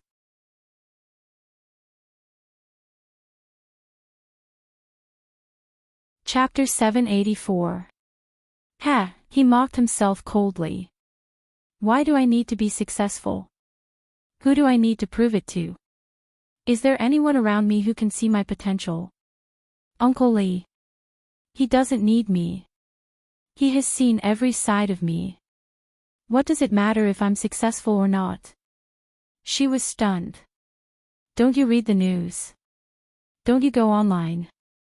Don't you read the newspapers? He questioned angrily. Little demon Chiu. Do you have a conscience? I've been looking for you for so many years. I've explained to you. I've stood in front of so many people to explain to you, but you didn't respond to me at all. You hid so far away to give birth to another man's child. How can you be so cruel? Xiaoyu gripped the phone so tightly that her hands turned white. You've always known that I'm the most heartless. Otherwise, I would have turned back when Kang Yian came back to find me. Yes, I know. You're the most heartless and loyal. Have you fallen in love with Su Jian now? Yes, I love him. Heh, you loved me back then too. When the time comes, you'll forget about him just like how you forgot about me. I won't, because he loves me. I love you too. Xiaoyu closed her eyes forcefully. Zhuang Yichen, let's stop. This storm will pass. We have a child. We can never be separated. All right then, I'll let you see the Su family suffer a crushing defeat. I, Zhuang Yichen, am all alone now. What do I have to be afraid of? Other people's families are ruined. What about me? I'm all alone. I'm all alone. What do I have to be afraid of? Zhuang Yichen almost lost control of himself as he roared into the phone. Don't you love him? If you love him, then sacrifice for him and come back to me. I love him, so I'll face his difficulties together with him. What a joke. Zhuang Yichen held the phone in one hand. His knuckles turned white as he gripped the phone tightly. Suddenly, he felt a sharp pain in his heart. It was so painful that he tasted blood. A sweet smell rushed out and he coughed softly. When Li Yong saw this, he was shocked, but he didn't dare to say anything. He quickly pulled out a tissue and helped Zhuang Yichen wipe the blood from the corner of his mouth. Zhuang Yichen didn't care about that. He gripped the armrest of the chair tightly as if he was going to break it. Face it together. Were they going to watch the Su family collapse together? Watching the sunset? Even if you don't care, don't the Su family care? For the sake of your selfish desires, do you want to cause so many members of the Su family to suffer with you? Xiaoyu was shocked. She felt that she had fallen into the abyss again. She just wanted to live a peaceful life, a life that a normal woman should live. She was content to have a man like Su Jian. What else was there to be dissatisfied with in this life? Zhuang Yichen, you can't do whatever you want in this world. I can't cover the sky with one hand. I'm not covering the sky. I'm going to overturn the earth and perish together with him. Anyway, I'm going all out. If you want to see him fall with me, then continue to persevere. But little demon Qiu, you'll suffer more if you stay by his side for the rest of your life than if you stay by my side. Zhuang Yichen, it's been so many years. Can't you just let it go? If you really love me, then let me go and let me live a peaceful life. Can't you? Little demon. He held his forehead and closed his eyes. That kind of painful frown was just like his voice. I can't do anything. How can I let it go? Come back and take a look. Everything in the house is still the same as before you left.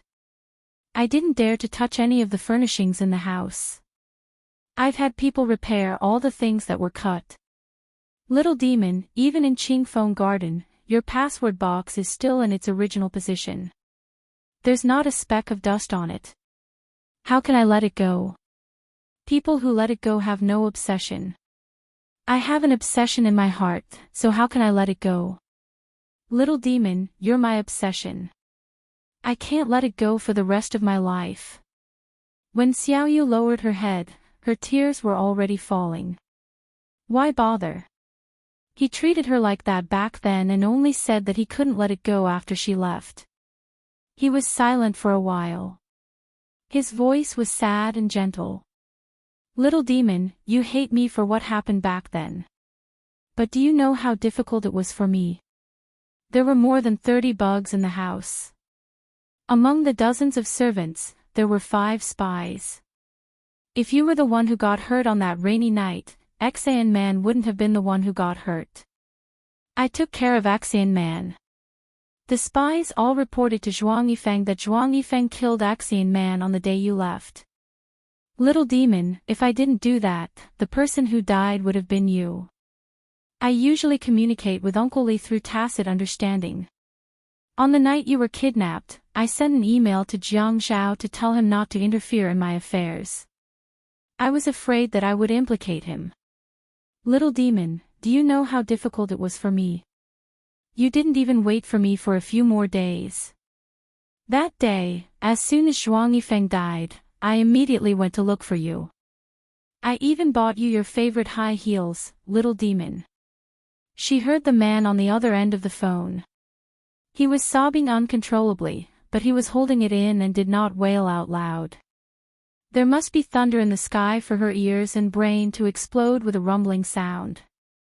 It must have been raining. That was why her face was so wet. It was raining heavily. Her entire face and the front of her shirt were wet. She steadied her breathing and asked in a trembling voice, Zhuang Yichen, you said that if you didn't save Axian Man, I would have been the one who got hurt. But what if it was really like what Zhuang Yichen said and he would kill whoever he didn't save? She was just lucky. If that's the case, I'll kill him and then accompany you. I won't let you be alone. She heard the man say it so firmly. The phone in her hand hung up and fell onto the lawn. There was no sound at all. She hugged Yo-Yo. Yo-Yo, Yo-Yo, she cried in a low voice. Mommy, don't cry. Mommy, don't cry. You won't be pretty if you cry. Mommy, Mommy. Sob, sob. Seeing that she could not calm Xiaoyu down, Yo-Yo began to cry as well. Her cries became louder and louder. Usually, Xiaoyu would not have been able to take it if Yo-Yo were to cry like this. However, this time, Xiaoyu just let her be. She wanted to hear her cry. Xiaoyu recalled the time when she had just given birth to her child. The child's loud cries had shaken her eardrums. Xiaoyu hugged her daughter and thought about her life. She had been through 3 men. The first one was that she was young and brave. She loved without any care and then got hurt. The second one was that she had been hurt before. She was careful to only give her body and not her feelings. She wanted to use this man to make herself stand at the peak. She wanted her ex to see how amazing she was. However, in the process, she fell in love with her sugar daddy. Even before she died, she wanted to tell him, I think I've fallen in love with you. The third one was that she finally saw through everything. What love? What body? She just needed a companion. When one was old, one needed a companion. Normal people would not spend the rest of their lives alone. That was a plot in novels. She wanted to find an ordinary person, like her father, to live the most ordinary life. There would be love even if they helped each other in difficult times. Who could resist a man like Su Jian and not be touched? However, everything was about to come to an end. How much did she know about Zhuang Yichen's ruthlessness? Was Axian Man dead? Was Zhuang Yifeng dead? What would he do to the Su Corporation? At night, the man and woman kissed passionately on the bed. Their sweat soaked the blanket until their passion finally faded. At 4:00 in the morning, Xiaoyu was still naked. She hugged Su Jian's neck and said softly, Jian, let's get a divorce. The man was obviously not asleep either. His body stiffened. Even his voice was stiff. What if I say that I don't agree? Xiaoyu raised her head, but she could not see his face clearly in the dark. Jian, this family can't be destroyed because of me. He said confidently, this family won't be destroyed. It just needs some time. After a while, everything will be fine. You have to believe me. But how can the old people in this family take it? Jian, they will be tortured to the point of collapse at any time. He shook his head. Without hesitation, he said, Xiaoyu, I won't agree to a divorce. Do you think that I, Su Jian, am marrying a wife is child's play? Do you think that I was playing around when I got married in a flash? I won't get a divorce. Even if I go bankrupt, I won't get a divorce. Xiaoyu, what did you say? We are husband and wife. You hugged Yo-Yo and told me that we are a family and will never be separated. Xiaoyu, you can't lie to me. Shiyan, Xiaoyu sobbed softly. Why did she hate herself so much? Why didn't she just die like how she left Kongyun? Why did she have to meet Zhuang Yichen? Why did she have to come to the south? Why did she have to marry Su Jian? A woman like her should just jump into the river and drown. My name is not Xiaoyu. My name is... Su Jian suddenly hugged her and pressed her head tightly against his chest. She could hear his heartbeat in his chest, it was extremely frantic. She heard his voice, which was filled with panic and excitement. No. Your name is Xiaoyu. Your name is Jiang Xiaoyu. Su Jian's wife is Jiang Xiaoyu. When she first came to Qin County, she was just a young girl who made curtains. Later on, she married Su Jian and is now Su Jian's wife. She is Wu Yu's mother. More and more water started to drip from the top of her head. She knew that the man who was hugging her was crying. Her heart ached. She had been so solitary that she had not even told him her real name. Jian, she did not know what to do. She thought that perhaps she was really a hindrance in this world. In the past, she had committed suicide for Kong Yiyun because she was impulsive and possessed. She was already past that age. Now, she felt that she should not exist. If Zhuang Yichen had not found her, everything would still be peaceful. Yo-Yo would hug Su Jian's neck every day and act coquettishly. Daddy, Yo-Yo misses Daddy. Yo-Yo wants Daddy to tell her stories. Yo-Yo wants to ride a horse. Yo-Yo wants butterflies. Yo-Yo wants to sit on Daddy's neck. Jian, if I'm not here anymore, please take good care of Yo-Yo. She hugged him and sobbed. Xiaoyu. Su Jian was stunned. You don't want Yo-Yo anymore. Xiaoyu, you don't want Yo-Yo anymore. She's your daughter. He was so shocked that his heartstrings were about to snap. Come and see Xinwu 799.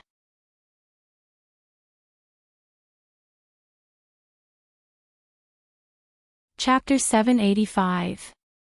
Xiaoyu sat up and asked, What's wrong? You don't want to. Because Yo-Yo isn't your biological daughter, you don't want to raise her on your own, right? She knew how hurtful her words were, how hurtful they were, but what could she do? She could only hurt him. If she did not hurt him, how could he let her go? She was a femme fatale. Su Jian immediately sat up and hugged Xiaoyu. What are you talking about? When have I ever thought of you like that? Xiaoyu, ever since I found out that you were pregnant, I have been taking care of you like a father. How can you think of me like that? The matter with the company will pass. It won't cause much of a stir. I will handle it well. Zhuang Yichen was speechless. How could he let the matter rest? He said that he had no choice but to hurt me in the past. So, you want to turn back? Shi Yan. Xiaoyu's eyes had been closed the entire time. She relied on her breathing and hearing to discern the man's feelings. You know that I am someone who no longer has the ability to love. Yes, I know. You said that we are family. You promised me that we will be a married couple for the rest of our lives. What's the point of love if not love? A life of mutual help is the longest, isn't it? He did not care whether she had love or not. All he knew was that he loved her. People like me. Xiaoyu had not felt heartache for a long time. But now, her heart began to ache again. People like me who had been in a mental hospital. You are the only one who did not despise me. You even helped me to keep the child. Zhiyan, I am actually a scourge, am I not? Su Zhiyan caressed the tears on her face carefully and gently. He coaxed her, just like how he used to do in the past. Xiaoyu, it's not your fault. You were mentally ill at that time, but it was only temporary. You recovered after a while. You have a strong will. Everything is normal now, isn't it? He had never thought that a woman who looked so normal on the surface could be so friendly and polite to everyone. She was smart and the curtains were beautiful and exquisite. Everyone spoke highly of her. There was nothing strange about her actions, not even the look in her eyes. But such a woman had a very serious psychological problem. She had hit the wall several times, and her head was bleeding. He could not describe how he saw her the next day after washing her face like a normal person. Compared to her actions the night before, he was incomparably shocked. He saw her curled up in the corner, grabbing her hair and slapping herself. She slapped herself until the corners of her mouth bled. She clenched her teeth and cried. At that time, he felt that if he stood by her side, he could protect her from the storm. When she was not sick, she called him Zhiyan. When she was sick, she hugged him and begged, "Yichen, I want to get married. Marry me." Yo-Yo was an angel. He was simply an angel. This angel cured her schizophrenia. Day by day, she slowly got better. This year, she finally stopped calling him Yichen. She would snuggle in his arms and call him Zhiyan. Even if she had a dream at night and he walked into her room, thinking that she was sick, she would sit up and see him. She would clearly know that the person standing in front of her was Su Zhiyan. This year, his life was finally on the right track. She began to accept him. She said that although she no longer had the strength to love, she would be a good wife and grow old with her husband, as long as he didn't despise her. You, do as she said. How could he mind? He had been looking forward to this day for a long time.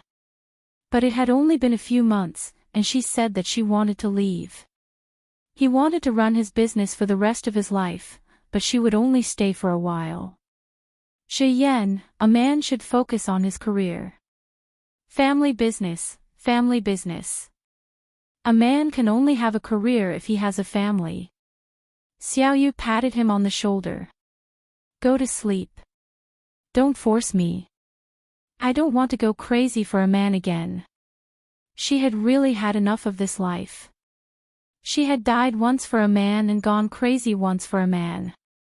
It was not easy to meet a man who treated her so well. He did not care about whether she loved him or not. She thought that she was fulfilled.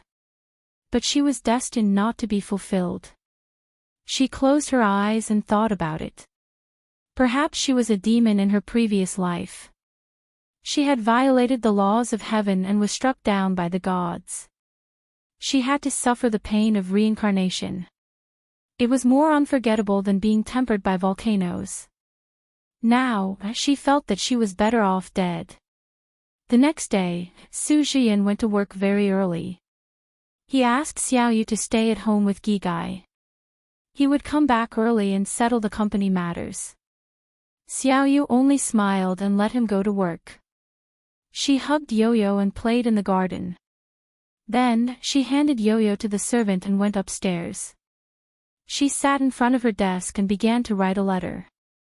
I don't want any of you to find me. I'm very tired. I just want to find a quiet place with Yo-Yo to live. The past is the past. I don't have the strength to take it anymore. I don't have the strength to take it anymore. Please forgive me for being weak. I'm so afraid of that feeling. I'm so selfish, right? I don't want to, but I don't have the strength. I'm afraid that if I continue like this, I won't even have the strength to live. Don't look for me. Don't be like Zhuang Yichen. I beg you. Xiaoyu. Xiaoyu packed a few clothes and carried them to the basement.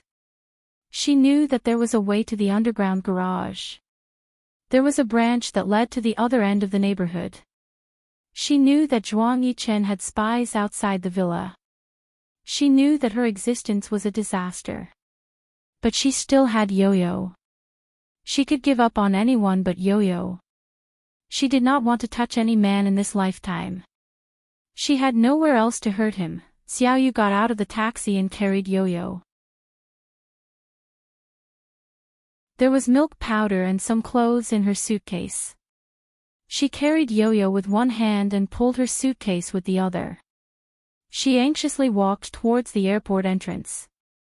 Please give me a ticket to Beijing and a ticket for the baby. She thought that if she wanted to find someone in Beijing, Guangzhou, and Shanghai, it would be like looking for a needle in a haystack. She would find a job and hire a nanny to take care of Yo-Yo. Then, she would live a good life. Please wait a moment, the airline ticket agent behind the glass answered politely. What time do you want? The nearest one.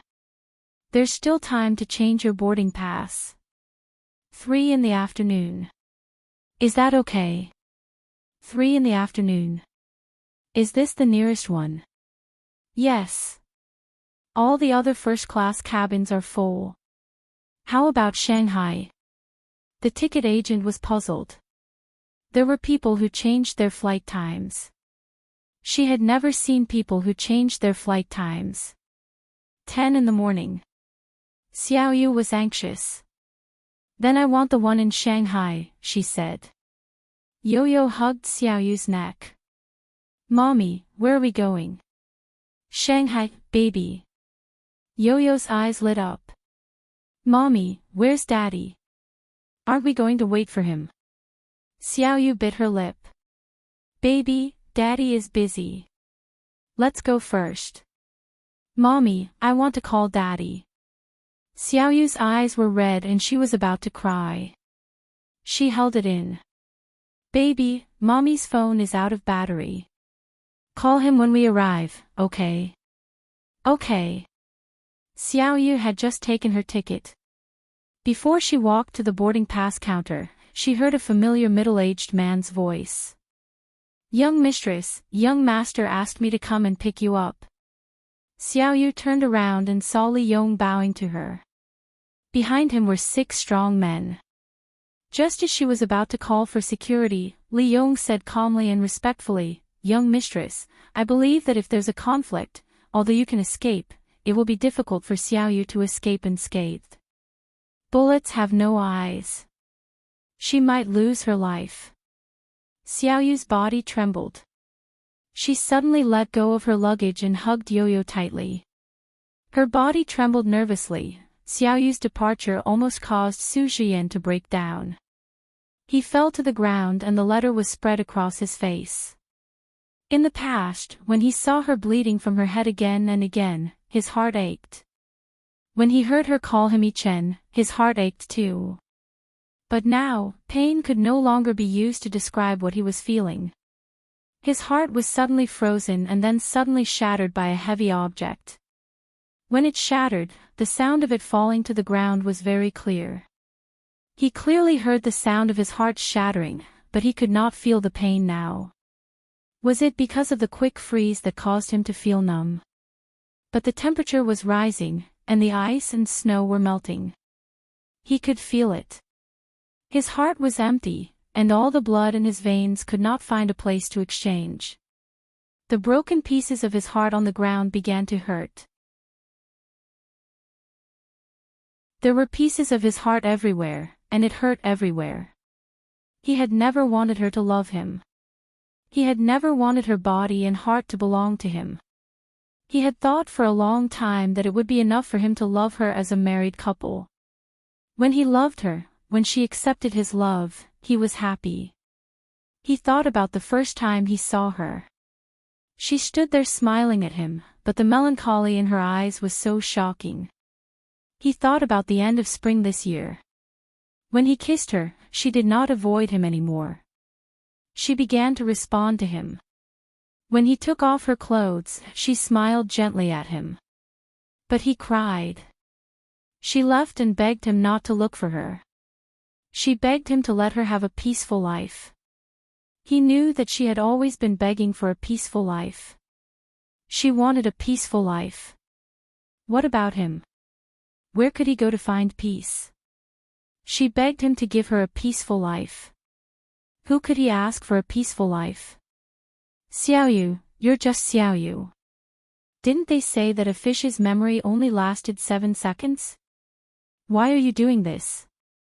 There was a knock on the door. A servant said softly outside the door, "Sir, there's a Mr. Zhuang looking for you." Su Jian suddenly shuddered. He sat up. When he heard the word Zhuang, it was as if he could see Xiaoyu. Bring him to the study. Asterisk in the study. Compared to Su Jian, Zhuang Yichen did not look much better. However, one person seemed to have been defeated and was in a terrible state. The other person seemed to be full of injuries and was fighting with all his might. It was tragic and resolute. The two of them sat in the same position as if they were having a fair negotiation. There was a coffee table between them. Zhuang Yichen did not drink tea. "I'm taking Xiaoye away with me." He said this calmly, but his gaze was like a poisonous sword. He looked at the man opposite him and had the urge to cut him into pieces. Su Jian stood up. "Where is she?" "You don't have the right to do that." "Why?" "I'm talking about Xiaoye. Do you know who she is?" Zhuang Yichen crossed his legs.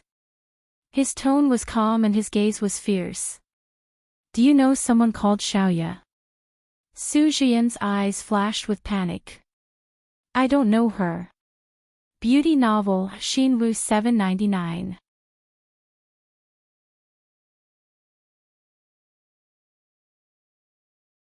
Chapter 786. Zhuang Yichen snorted coldly. "Su Jian, you may not know who Qiu Xiaoye is, but in the past 2 years, I've made a name for myself in the business world, haven't I? I've made a name for myself in order to find a wife. How could you not know that the woman Zhuang Yichen is looking for is Qiu Xiaoye? Do you dare say that you haven't seen photos of me, Mrs. Zhuang Yichen, in the major magazines and media? If she had seen my explanation in front of the audience earlier, do you think she would have stayed? So, you've blocked my information and didn't reveal my explanation to her at all. I just found out that Xiaoye hasn't read newspapers, magazines, or television for the past few years. She's practically cut off from the outside world. You're a good husband and you fulfilled her request. So, all the channels in your house are children's channels and only the children's channel is available on demand, right?" Su Jian was shocked. "Mr. Zhuang, I don't know what you're talking about. Actually, you recognized me when you saw me outside the amusement park, didn't you?" Zhuang Yichen sneered. "I didn't come here to fight with you. She's my wife. Jiang Xiaoyu is just a fake identity. Her real identity is Qiu Xiaoye. It doesn't matter whether you're divorced or not because Jiang Xiaoyu no longer exists." Su Jian's eyes were bloodshot. As he ran over, he grabbed Zhuang Yichen's shirt. "Give Xiaoyu back to me." "Xiaoyu? Who's Xiaoyu?" "I don't know." Zhuang Yichen did not fight back. "I just want to tell you that you should live a good life. I'll keep this secret for you. I believe that Xiaoyu will hate you when she finds out that you've been hiding information about me for the past 2 years. However, you know very well that her mental state has always been unstable. I don't want to agitate her or make her hate you. You can live forever in her heart. I don't care." Su Jian could not come back to his senses. He frowned and suddenly smiled. He let go of Zhuang Yichen and said sarcastically, "You're so generous. If I had a choice, I wouldn't choose to be generous." Zhuang Yichen turned around and was about to leave when he suddenly added, "I think she'll want to see you live a good life. As for the child, if you love her." Su Zhiyan was surprised. Zhuang Yichen didn't know about this. Xiaoyu didn't tell him. I'll take back my child and my wife. You and me, I'm sans. But you and me and I are. If I don't have I'm is, to be, to is. I have no parents, no elders, no relatives. The only thing I can lose is everything I have. Everything I have inside and outside is just me and all of my assets. I don't know if you can afford to lose. If you can afford to lose your entire Su family, you can fight against them and force them to marry you. But if you want to see them destroyed along with you and me, I don't mind. Su Zhiyan could see the ruthlessness in Zhuang Yichen's eyes. It was as if he was going to kill him. Crazy. Zhuang Yichen had always known that if he wanted to be with Xiaoya again, she would have to accept him again. In the past 2 years, he hadn't changed, but she had. She had a family and a child. But he was still in the same place. He knew that it wasn't fair. He thought that perhaps he had always been such a one-track-minded man. Back then, for the sake of revenge, he had single-mindedly thought that he had to get rid of all his enemies. That kind of belief had always been rooted in his heart. When she left, he had also single-mindedly thought that he had to find her and be together with her. That was how it had taken root. Whatever he did, it was the same. It was the same for his career. Perhaps he was a little stubborn. He knew that, but he couldn't change it. He pulled her into the villa. She kept asking, "Where's Yo-Yo?" "I've asked Uncle Lee to take care of Yo-Yo. He'll take good care of her. Don't worry." He comforted her softly. He thought that he was the one who had hurt her back then. Everything that had happened was because of him. He was worried that she would be afraid and didn't tell her. That was why it had happened. He couldn't blame her. "Yo-Yo will cry if she doesn't see me. Let me see Yo-Yo." Xiaoya's eyes reddened. She followed him into the villa. Her heart wasn't here. Her heart was with Yo-Yo. That was her life. Her life. No one could replace her. He was a little angry, but he held it in. He held her hand with one hand and opened the shoe cabinet with the other. The helpers stood far away. They couldn't bear to disturb them because they had never seen Sir bring anyone home. Sir had never opened the shoe cabinet for anyone before. There was a pair of beige cotton slippers. There was a pair of cute little bears on the shoes. He bent down and placed the slippers in front of her. "Little demon, these are your shoes." Xiaoya didn't look at the shoes. She was very anxious. "Where's Yo-Yo?" His face turned cold. "Change your shoes." "I'll tell you." Xiaoya quickly changed her shoes. Her heart was beating very fast. She was very afraid. Her mind was in a mess. She was uneasy and terrified. He pulled her up the stairs and into the bedroom. He pulled her to the bed and pressed her hands against the bed. The blanket on the bed was bright red. It was a European-style palace. It was thick with lace and lotus leaves. It was very luxurious. "Little demon, you made this in the past. It's still so beautiful, isn't it?" He pulled her to the wardrobe and opened the door. The clothes hanging inside were arranged according to color. He pulled her hands over and slid them over. "Little demon, look. These clothes are all made by you in the past. They haven't changed at all, right? Also, look at our wedding photos. Little demon, I even bought you a pair of shoes that day. After that, I bought them for every festival and your birthday. Let me take you to try them out." Xiaoya's nerves started to ache. When she saw this room, she saw a woman from back then. She sat on the floor and cut the fabric in the wind. Then she dragged her suitcase and left. After she left, she returned to the house in Qingfeng Garden. She cleaned the room to pass the time. She was so lonely. She waited every day. She waited for a man named Zhuang Yichen to regret. She waited for him to come and find her after he regretted. But she didn't wait. She couldn't wait. She couldn't wait anymore. She left. She was like a normal person during the day. But after a period of time, when night fell, she couldn't help but hurt herself. She didn't want to. She wanted to control herself, but she couldn't. She hit the wall. The wall creaked and the wall was stained with blood. She bit her lip until it bled. She hated herself for falling in love so easily. She hated herself for not learning her lesson. She hit herself and scolded herself for not living up to expectations. Then she cried and cried, Zhuang Yichen. She watched the woman's pass just like that.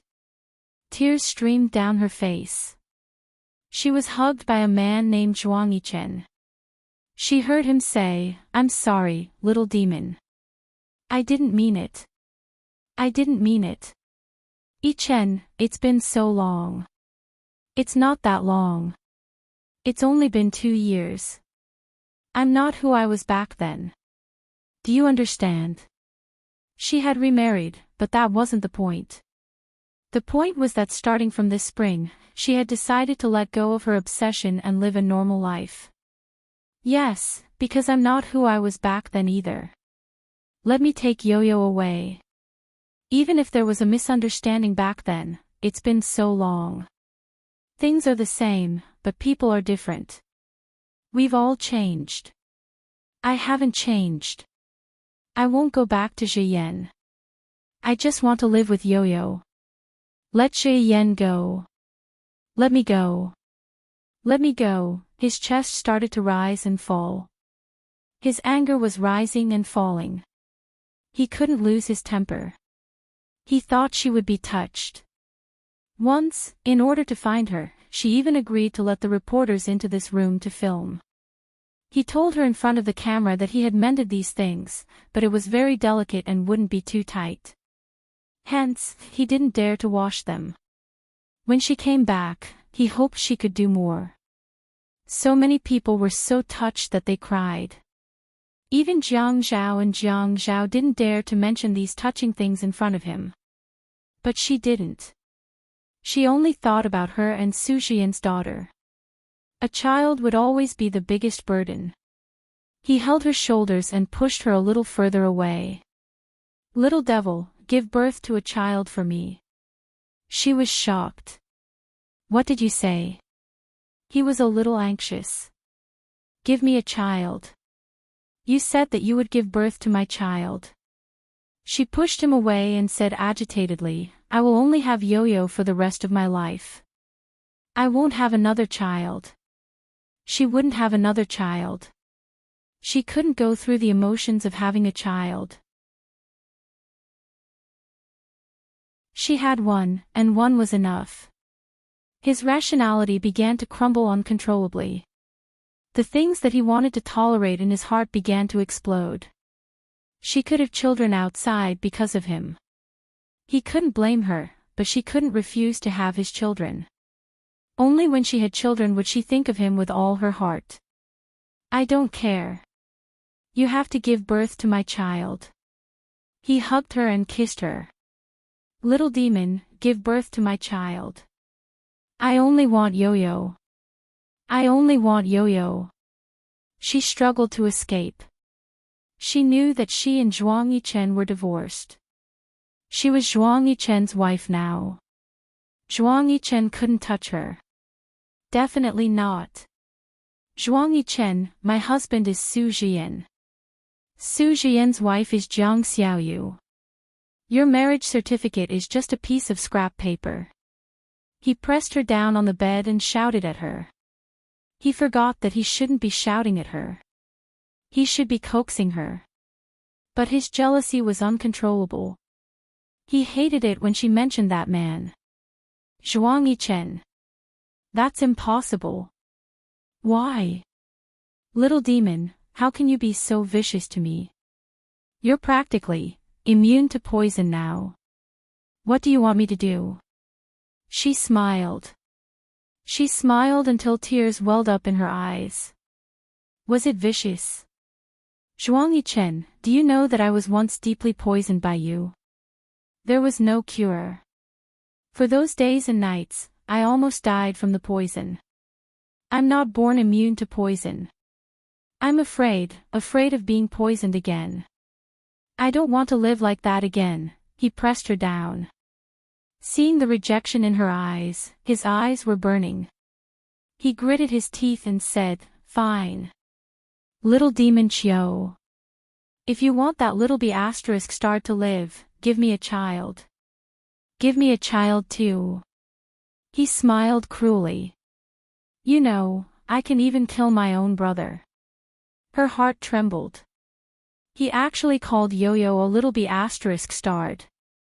How could he? Live? That's right. He was surrounded by enemies. She couldn't let Yo-Yo stay by his side. She wanted to live a peaceful life. Even if Yo-Yo couldn't live like Miss, she didn't want her to experience those terrible things. Her original intention was to let Yo-Yo Wu live a carefree life. Even if he called Yo-Yo a little B** starred, she wouldn't tell him that Yo-Yo was his daughter. What if one day, many years later, someone hung Yo-Yo up and pointed a gun at him to make a choice? What should he do? Welfare, Xinwu 799.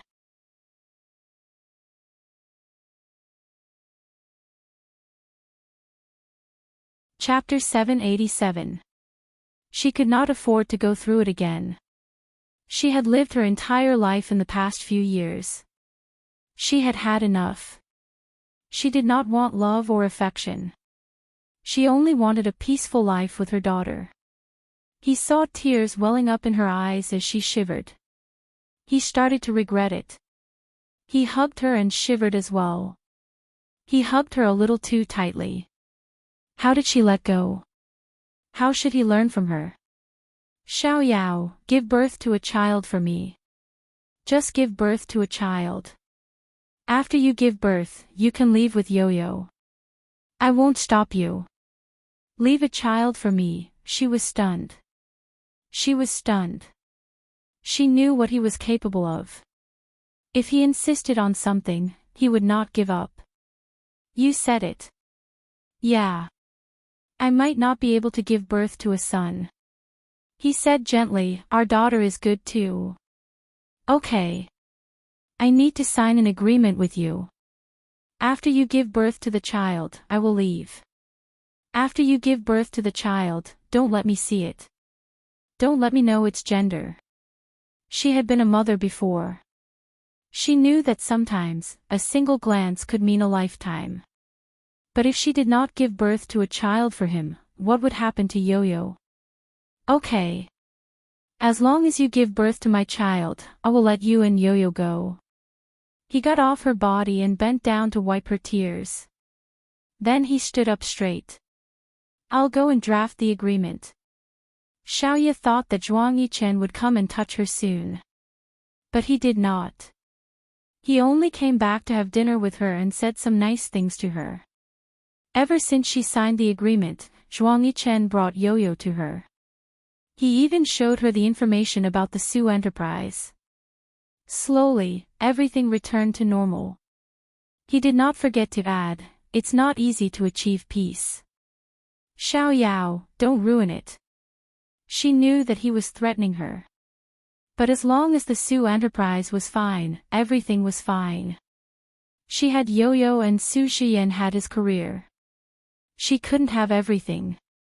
Li Yong tidied up Zhuang Yichen's room and kept the medical records. "Young master, you don't have to go to the office for now. You just had the operation. It's okay. The doctor said that it's just a vasectomy. I can go back to work the next day." He had spent too much time looking for her over the years. Now that she was back, he had to take care of the company. Young master, since young madam has agreed to have a child, Zhuang Yichen smiled bitterly. Uncle Li, I can't let her get pregnant. You know that she's even more ruthless than me. After he finished speaking, Li Yong couldn't bear to continue.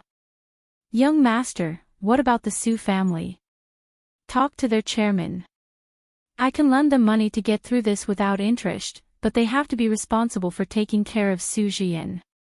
Otherwise, I won't help them in their hour of need. I will add frost to their snow. I'll go now. Zhuang Yichen knew that he was the one who had brought all of this upon himself. Xiaoye had given her heart to him back then, but he had been too careful, which had led to the current situation. He was still able to bear it, but he couldn't bear the thought of Xiaoye leaving him again. He knew that the past 2 years hadn't been easy. He had thought of many endings, but the current situation was already considered good. He knew that Xiaoye had feelings for Su Jian, but more than that, she probably wanted him to be safe. Therefore, he would help with the Su family situation. Su Jian had dozens of people in the Su family holding him back, so he couldn't cause too much trouble. Everyone had experienced heartache before, but everyone had different responsibilities. Su Jian's responsibility was the Su family. And Zhuang Yichen's responsibility was Qiu Xiaoyao. There was no one by his side, only her. He left the house and went to the company. He called Xia Qian and Yi Er to come over and accompany Xiaoye. Yi Er's twin sons. Xia Qian's daughter was about the same age as Yo-Yo. She was still holding the baby in her hands, and she was already pregnant with another one. She complained to Xiaoye, I don't care about the others. I really don't want to have another child, but Grandpa treats me too well. I feel like I'm letting him down if I don't have a son. The Qin family only has Fian, how can they not have a son? It's so annoying. Why didn't Dad and Mom have more sons back then? Xiaoye looked at Xia Qian's blissful face and touched her face. Qian, think more about Fian. You have to be happier during your pregnancy.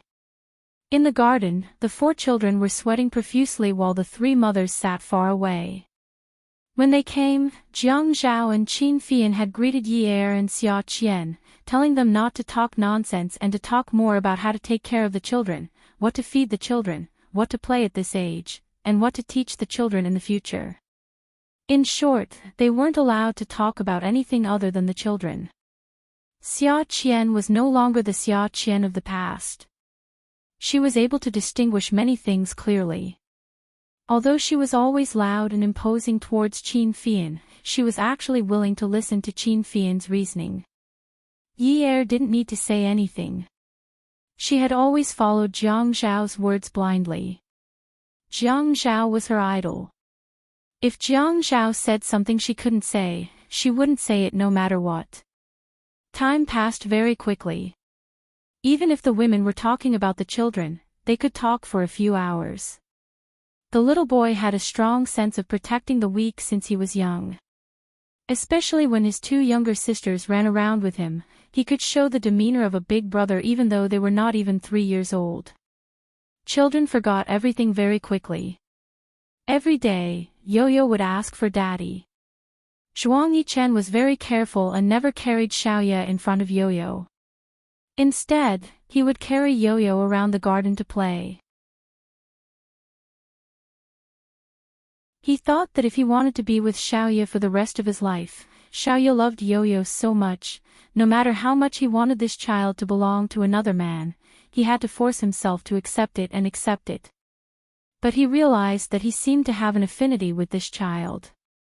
When he saw this child smile, his eyes would turn into crescents.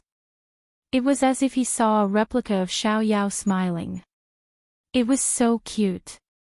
Sometimes, when he went to work, he would think that Yo-Yo was a cute child. He would tie the knot. Actually, it was not bad for Yo-Yo to be by Xiaoye's side. Time passed day by day. He felt that he didn't have to force himself to accept it. He seemed to have gotten used to it. The child also seemed to be happier day by day. In the beginning, she would miss Daddy so much that she cried. Now, she was clingy to him and wanted him to tell her stories. She said that Daddy would tell her stories at night and that Daddy was busy with work. Uncle would tell her stories. He would take a book and read it. Later, he slowly learned how to use his voice to tell the child stories. He watched as Yo-Yo slowly fell asleep after his voice ended. He thought, Xiaoyao, you said in the past that you would give birth to my child. But now, you gave birth to someone else's child. Zhuang Yichen didn't touch Xiaoya. However, Xiaoya became more and more restless. She lived in this villa and would always have dreams. She dreamed that Zhuang Yichen kidnapped her daughter. She wanted to leave. She wanted to leave with Yo-Yo immediately. She woke up in the middle of the night and pushed open Zhuang Yichen's bedroom door. She stood in front of his bed and said, Zhuang Yichen, let me go. He sat up on the bed. There was another set of bedding on the bright red bedding. He was afraid that it would get dirty, so he would always get someone to put away the bedding after he woke up the next day. He got out of bed and said, Xiaoyao, what are you doing now? I want to take Yo-Yo away. Don't watch me so closely, okay? He smiled and said, but you haven't given birth to my child yet. He lifted her chin and kissed her. Then, he carried her and gently placed her on the bed. You came over so late. Are you inviting me? I told you that you can only leave after you give birth to my child. You're in such a hurry. Do you want to give birth to my child immediately and leave? He didn't wait for her reply and kissed her. Slowly, lightly, and then extremely lingering, he tore at her lips and tongue. Hearing her moans and struggling, he said teasingly, if you don't want me to touch you, you won't be able to give birth to the child. If you can't give birth to the child, how are you going to leave? Seeing that she had given in, he kissed and licked her skin. He covered her eyes and brushed his tongue against her ear. Xiaoyao, he caressed her body and felt her body tremble. His kiss became more and more urgent. He felt her resistance and struggle, and the pain in his heart was indescribable. He knew that between them, they could not return to how they were in the past. The one who was in the past was only himself. But he couldn't let go. He could only spend more energy to tease her and ignite the desire in her body. Although he couldn't wait to have her immediately, he had to endure it every day. Until now, he still had to endure it. There was no other way. Until she let him in, let him in. Before he had her, he thought that he was a clean freak. Perhaps he wouldn't be able to take it and wouldn't be able to accept it.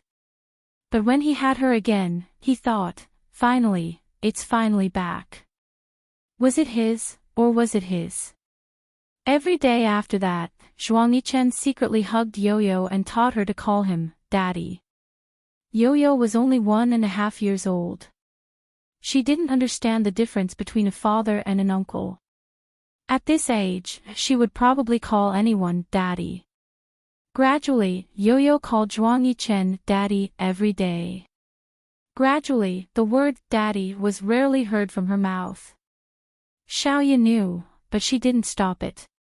Because she knew that it was good that Yo-Yo didn't remember Su Jian. After all, she wouldn't be with anyone in the future. Perhaps it was because every time she heard Yo-Yo call Zhuang Yichen Daddy, her eyes would start to water uncontrollably. She thought that she shouldn't have. She shouldn't have been someone who could be easily touched. She shouldn't. She had enough. 1 year later, in the autumn, Xiaoya came out of the hospital again. She had already gone for countless checkups. They all said that there was nothing wrong with her. Her body was normal and she could get pregnant. But, she couldn't get pregnant. Madam, pregnancy is not always a woman's problem. It is sometimes a man's problem. No, my husband and I have already had a child. A man's body will change. The high pressure in society now will cause a man's survival rate to decrease. It will affect fertility. Why don't you bring your husband for a checkup? Yes. She agreed. But, how was she going to tell Zhuang Yichen? It was Saturday and Zhuang Yichen brought Yo-Yo out to play. So, she could go out alone. He was always like this. If he brought Yo-Yo out, he would definitely ask the bodyguards to follow. But, if she went out alone, she could go anywhere she wanted. He knew that Yo-Yo was the string that held the kite. As long as the string was in his hands, even if there were 10 Xiaoyachois, she wouldn't run away. With Yo-Yo, he could control her tightly. But, she didn't call the police and say that he was under house arrest. He didn't know if it was because she didn't want to sue him or because she didn't want Yo-Yo's life to be exposed. When Xiaoya returned to the villa, the helpers were very respectful to her. She went upstairs to his study room. She would go there regularly to check on Su Corporation. He was always there. Su Zhiyan had bought over an old chain of jewelry stores in the country. He looked like a gentleman, but he did things meticulously. She knew that he had always been outstanding. She thought that she shouldn't pay too much attention to him. It was fine as long as he was doing well. Attention, Xinwu 799.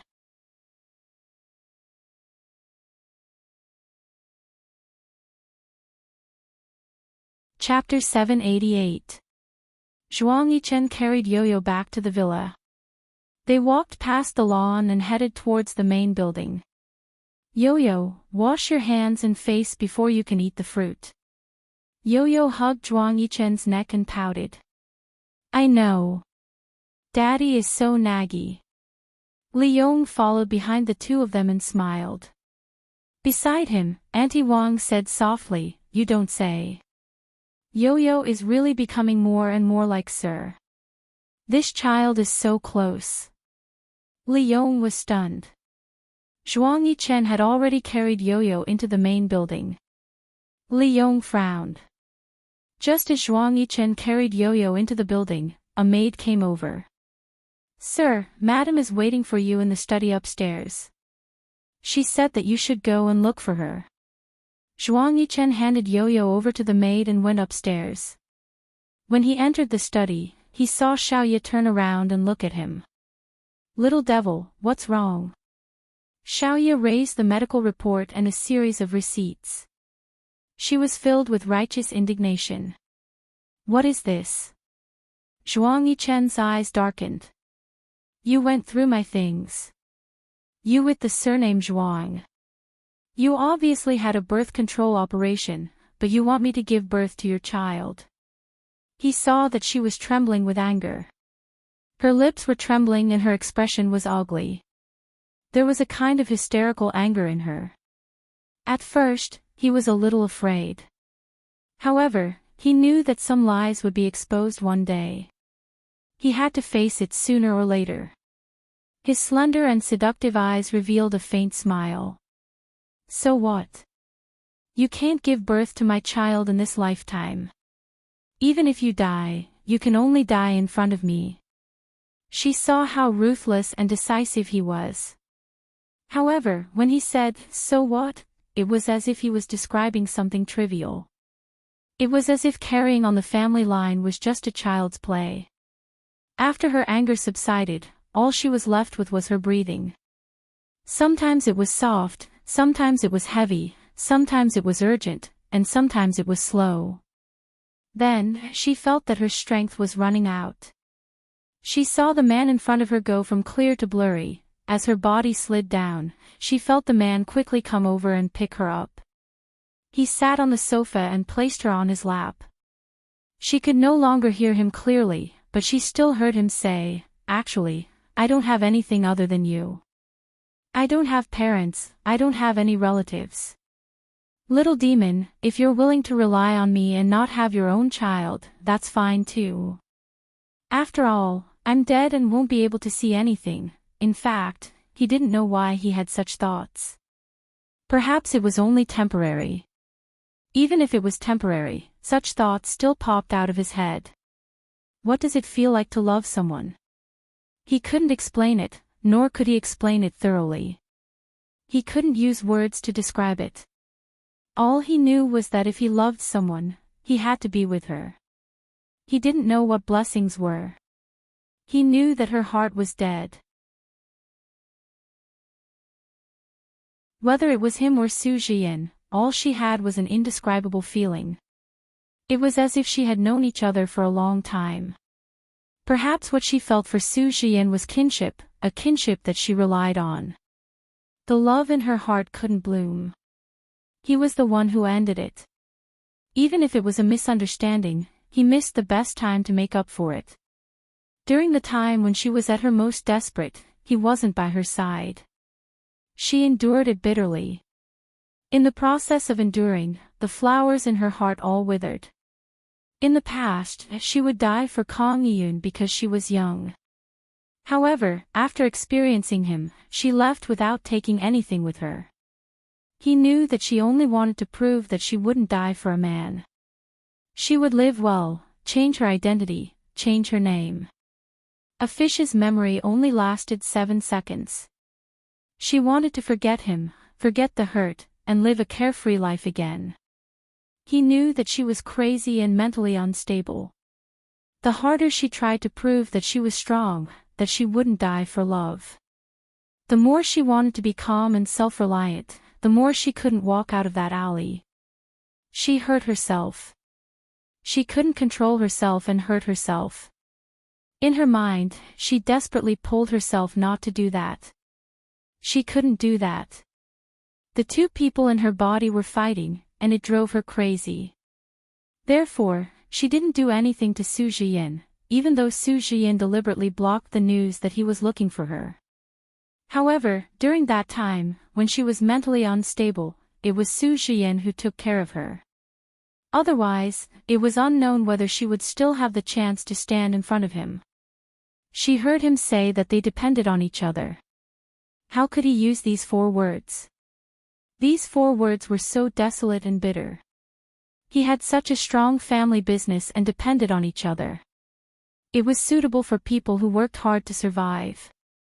How could he use these words? She wanted to say it, but she couldn't open her mouth. She didn't have any strength at all. Her strength had been sucked away by his words. He carried her back to the room and placed her on the bed.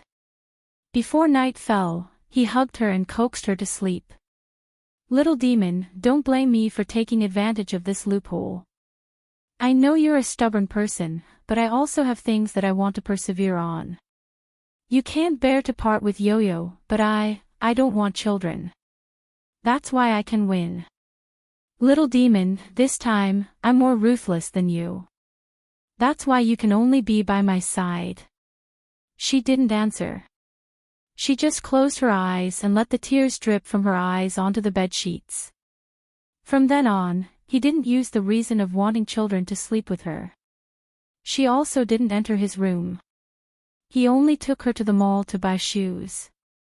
However, he realized that she had changed. She didn't like high heels very much. She liked to wear more comfortable styles. She said, "It's tiring to take care of Yo-Yo. Wearing high heels makes my feet tired. There's a nanny at home. You don't have to carry her all the time. The child is mine. I can only carry her for a few years. When she grows up, she won't want me to carry her anymore." He could hear the sadness in her voice. He wanted to say, "Little demon, let's have another child. You can carry your child again." However, he knew that he couldn't and didn't dare to. He wasn't as ruthless as her. He didn't dare to try. Li Yong called. Zhuang Yichen picked up the call. Then, his body trembled. His gaze landed on Xiaoya. His eyes started to redden and water started to well up. "Young master, I just got the DNA test results. Don't be so agitated. Actually, I didn't want to do this behind your back. I just heard a few servants talking about it. I was curious, so I took your and Yoyo's hair for the test. Young master, Yo-Yo is your daughter. 100%, 100%. The phone fell to the ground and the battery fell out. He looked at Xiaoya. She was looking down at the flat-heeled shoes on her feet. She was even tiptoeing as she said to the salesperson, "It looks like it's half a size bigger, but it'll be tight if it's a size smaller." The flavored bottles in his heart were all overturned. They were all overturned, and the feelings in his heart were surging uncontrollably. There must be mustard and chili in those flavored bottles. He could not control his tears and they fell. Yo-Yo was his daughter. Yo-Yo was his daughter, not Su Zhiyan's. How could she lie to him like this? How could she lie to him and make him suffer? Those passers-by looked at him and whispered. They even pointed at him. He looked at her with a face full of tears. When she looked up and saw him, she was shocked. She quickly asked, "What's wrong?" He only hugged her tightly. She was in so much pain that she couldn't cry out. He hugged her and couldn't speak. His tears flowed freely. He lowered his head and bit her shoulder.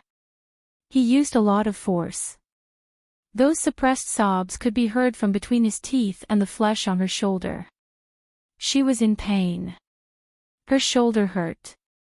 Because he was crying in front of her in public, the pain on her shoulder suddenly rushed to her heart. It hurt so much that she curled up into a ball and couldn't cry out. He carried her. She was still wearing only one shoe. He carried her horizontally and walked away. The bodyguard sensibly paid the bill. "What are you doing? Little demon, how can I repay you?" He pressed his face against hers. As he walked, he said in a low voice, "Tell me, how can I repay you?" She didn't understand. "You don't owe me anything. Why do you want me to repay you? Yo-Yo is my daughter, isn't she?" He was thinking about how she was going to give birth to Yo-Yo when she was mentally unstable.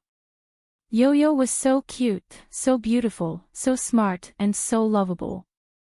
She was so stunned that she couldn't say a word.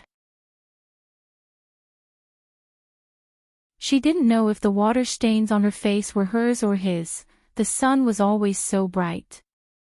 Zhuang Yichen learned how to make cakes and specially hired a pastry chef to teach him. Yo-Yo thought that he was very good. She looked at the cakes that he made. After squeezing chocolate and strawberry jam, they could turn into cute little princesses, puppies, or teddy bears. She clapped her hands and said, "Daddy, you're so good.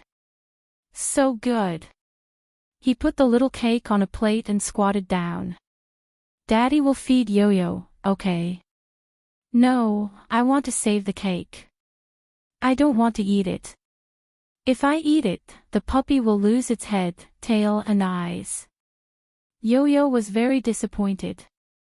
In her eyes, there was a halo of kindness. It was as if she would really hurt the puppy. "Daddy will make more for you after you eat it." Yo-Yo shook her head.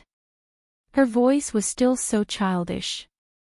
"Daddy, you should make watermelon, strawberries and vegetables for me next time. Puppies can't eat them. Look at how cute our ice cream is. If she sees me eating puppies, she will be sad." Ice cream was Zhuang Yichen's pet dog.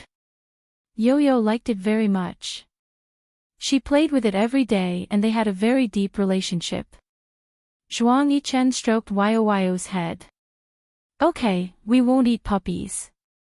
Daddy will make strawberries for Yo-Yo right now." Xiaoya stood outside the kitchen and watched the interaction between the father and daughter. She turned around. She thought that even if Zhuang Yichen didn't say it out loud, Yo-Yo would still be close to him because of the nature of a father and daughter. It was the middle of winter and it was snowing heavily. The crowded crowd and the streams of traffic were all symbols of the city. By the roadside, Su Zhiyan stood in front of Xiaoya. The snow was fluttering in the air, dancing wildly, sticking to his clothes, hair, eyes, and hair. The air he exhaled came in clumps. Xiaoyu, come back with me, okay? Zhiyin, I can't leave Yo-Yo. He smiled bitterly. You can't leave Zhuang Yichen, right? She shook her head. I can leave anyone, but I can't leave Yo-Yo. You're trying to say that you can't leave anyone, including me, right? Yo-Yo, you're my life. Xiaoyu, you're my life too. She couldn't say anything for a while. She didn't even dare to look at him. The pain in his eyes would burn her. I'm too selfish. I've heard you, Zhiyin. Both of them spoke softly, but their eyes were red. She saw him turn around and saw his sad smile. She was in a trance. Besides her consciousness, she also saw the wheels of the car rushing towards him uncontrollably. He heard the woman behind him scream. Zhiyin. Be careful. A force pushed him from his back and he fell forward. He fell to the ground and heard a muffled bang. He heard the sound of the brakes and the car's tires skidding in the snow. Zhuang Yichen's men saw this and ran towards the road in all directions. Attention, Hongcha 866.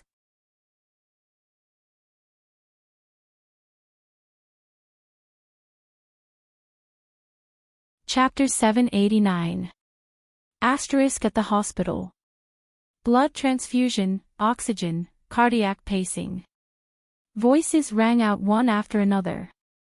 Zhuang Yichen's fist landed squarely on Su Jian's face. Su Jian's heart was throbbing with pain and he couldn't scream even if he wanted to. Su Jian accepted it sullenly and didn't retaliate. All he could hear was the words she said in his arms. She sounded so weak and weak. Zhiyin, if I were your life, I would give it back to you. Live a good life, get married, and have kids. I'm sorry. The only person I've let down in my life is you. Don't cry. Zhiyin, I'm suddenly so happy. I feel so relaxed. I've never felt so relaxed in the past few years. I'm so tired, but I'm not worried. Yo-Yo has Zhuang Yichen. He will love her and take good care of her. My parents have Qian and they have a granddaughter. They will be strong and live on. Zhiyin, don't cry. You have to be happy for me. I feel so relaxed right now, so relaxed.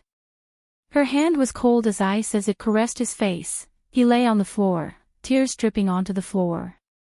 He shouldn't have come looking for her. He thought he was fully prepared to deal with Zhuang Yichen. He was defeated the last time because he was caught off guard. How could the Su Enterprise fall so easily? He wouldn't allow it this time. But when he saw the light in her eyes, he knew she didn't want to go with him. He was disappointed. Zhuang Yichen wanted to be generous for once.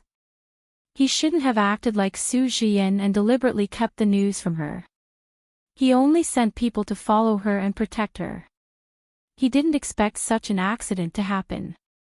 Are you happy now? Su Jian. Su Jian didn't reply. I'll wait here for her to wake up. If she doesn't wake up, I'll make you pay with your life. He looked up at Zhuang Yichen and smiled faintly. It was as if he didn't care about the rest of his life anymore. He pushed himself up and sat on the stool.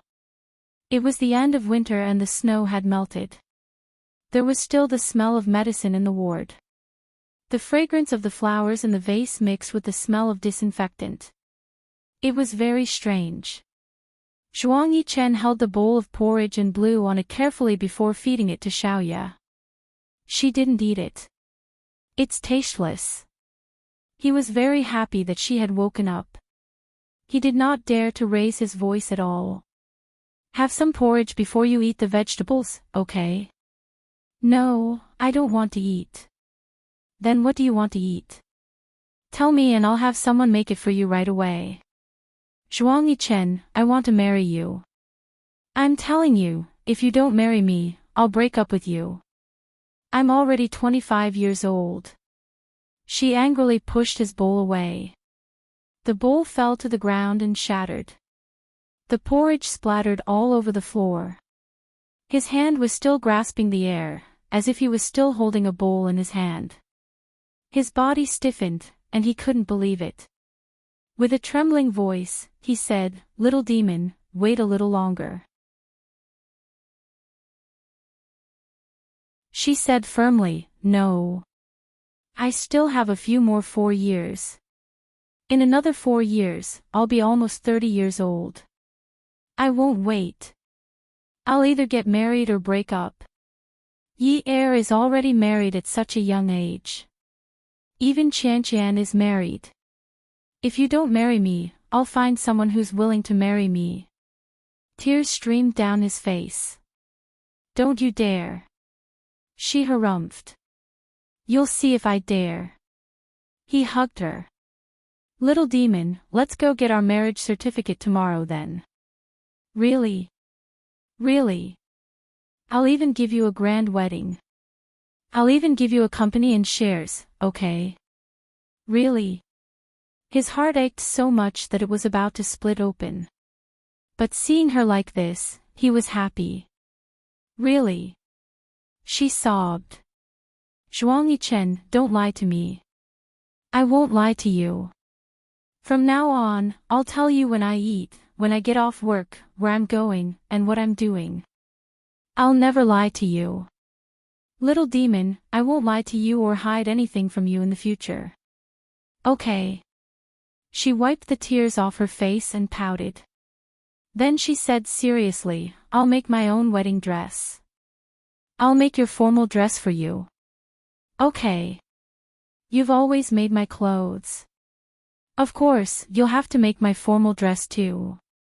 Outside the door, a figure froze for a moment before leaving.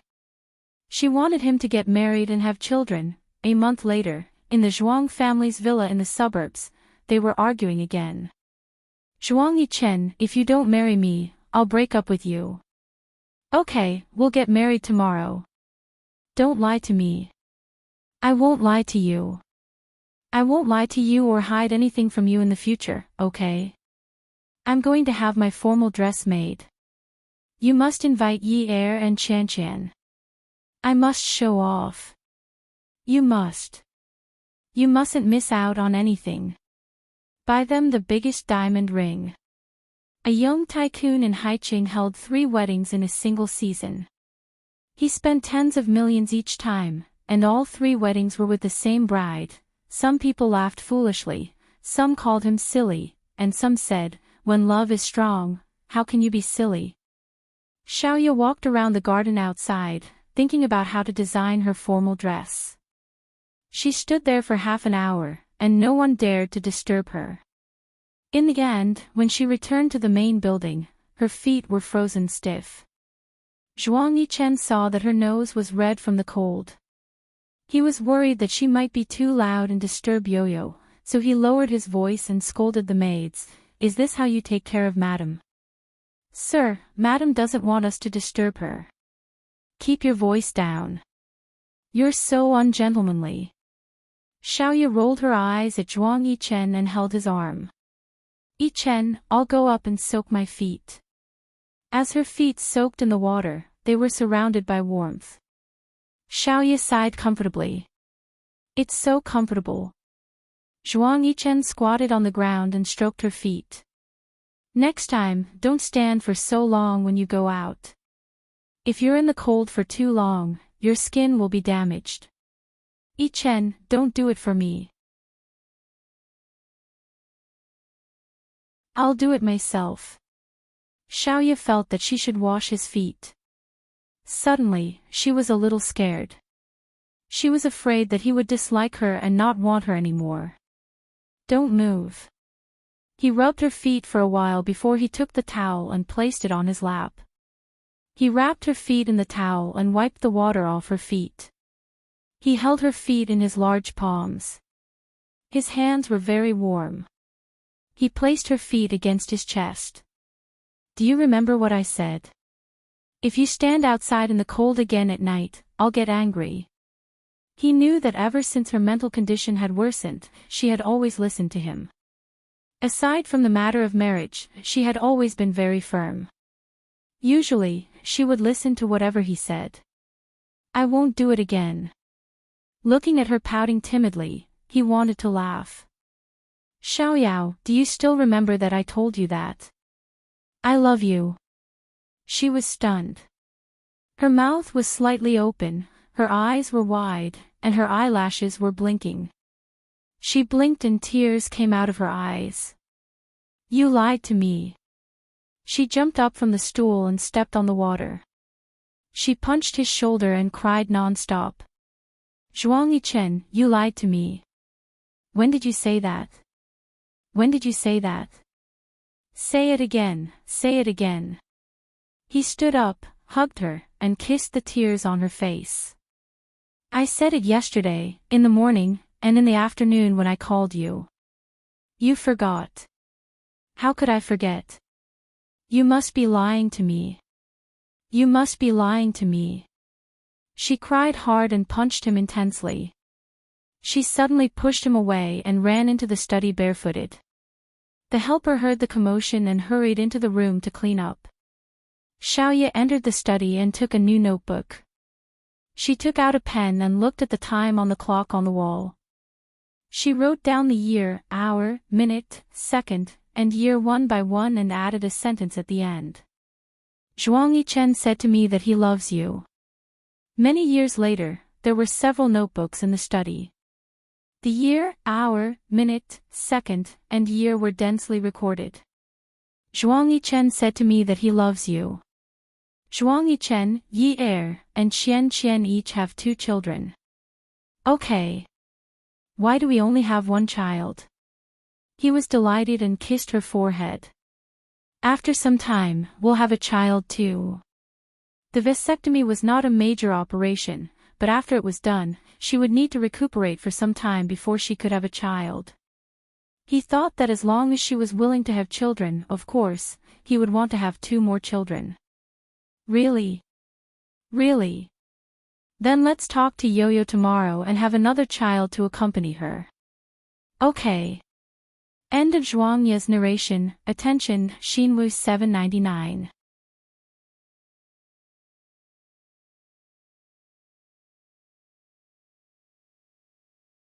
Chapter 790. A pair of warm hands landed on her face, awkwardly wiping away the tears on her face. Someone whispered in her ear, Sis, did you have a nightmare? Don't be afraid, your brave and handsome little brother is here with you. No one will dare to bully you. Ahan, Ahan. Ji Yuqi opened her heavy eyes. Through the haze of tears, she saw a handsome but slightly childish face. Ahan, it really was her little brother, Ahan. Ahan. Ji Yuqi hugged him, tears rolling down her face. She kept saying, Ahan, I can still see you. Ahan, I missed you so much. Ji Yunhan was stunned. Looking at his sister who was crying so hard that she was out of breath, he blinked in puzzlement. Finally, he hugged her and gently patted her back. Sis, don't be so agitated. I'm right here, I'm not going anywhere. You can see me every day in the future. Be good, don't cry. You won't be pretty if you cry anymore. Ji Yuqi was crying and laughing at the same time. This was her little brother, a noisy, handsome, and cute little brother. Why did she think that her little brother was rebellious and insensible? She was so stupid to actually believe Qin Tingfang and her mother's instigation. Miss, don't cry. Your body is weak. If Master sees you, his heart will ache. A pair of calloused hands held a tissue and gently wiped away the tears on her face. Mother Wu. Ji Yuqi raised her head to look at the familiar and kind face. Her tears fell even harder. Mother Wu was the Ji family's nanny. She had been serving the Ji family since Ji Yuqi was born. She treated Chi Chi and Ahan better than her own son. In Ji Yuqi's heart, she was like her second mother. Be good, don't cry. Mother Wu will make your favorite dessert for you later. Although Mother Wu's face was smiling, her eyes were a little red.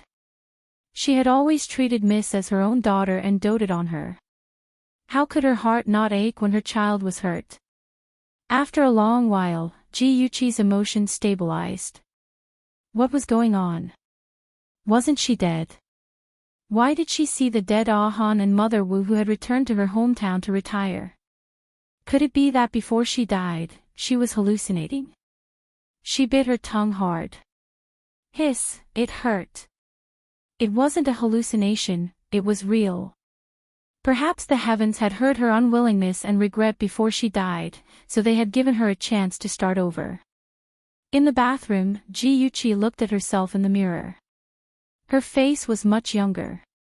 She thought for a long time and finally confirmed that she had been reborn. She had returned to the time when she was 20 years old.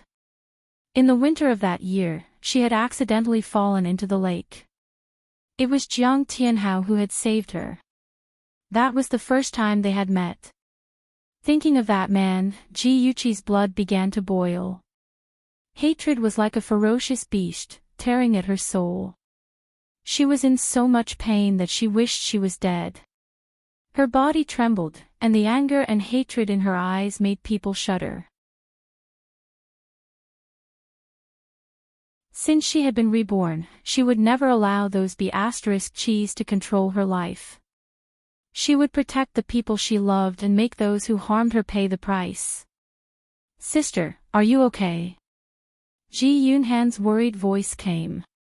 Ji Yuqi took a deep breath and slowly hid the hatred in her eyes. She opened the door and walked out. I'm fine. Ah Han, where's Mother Wu?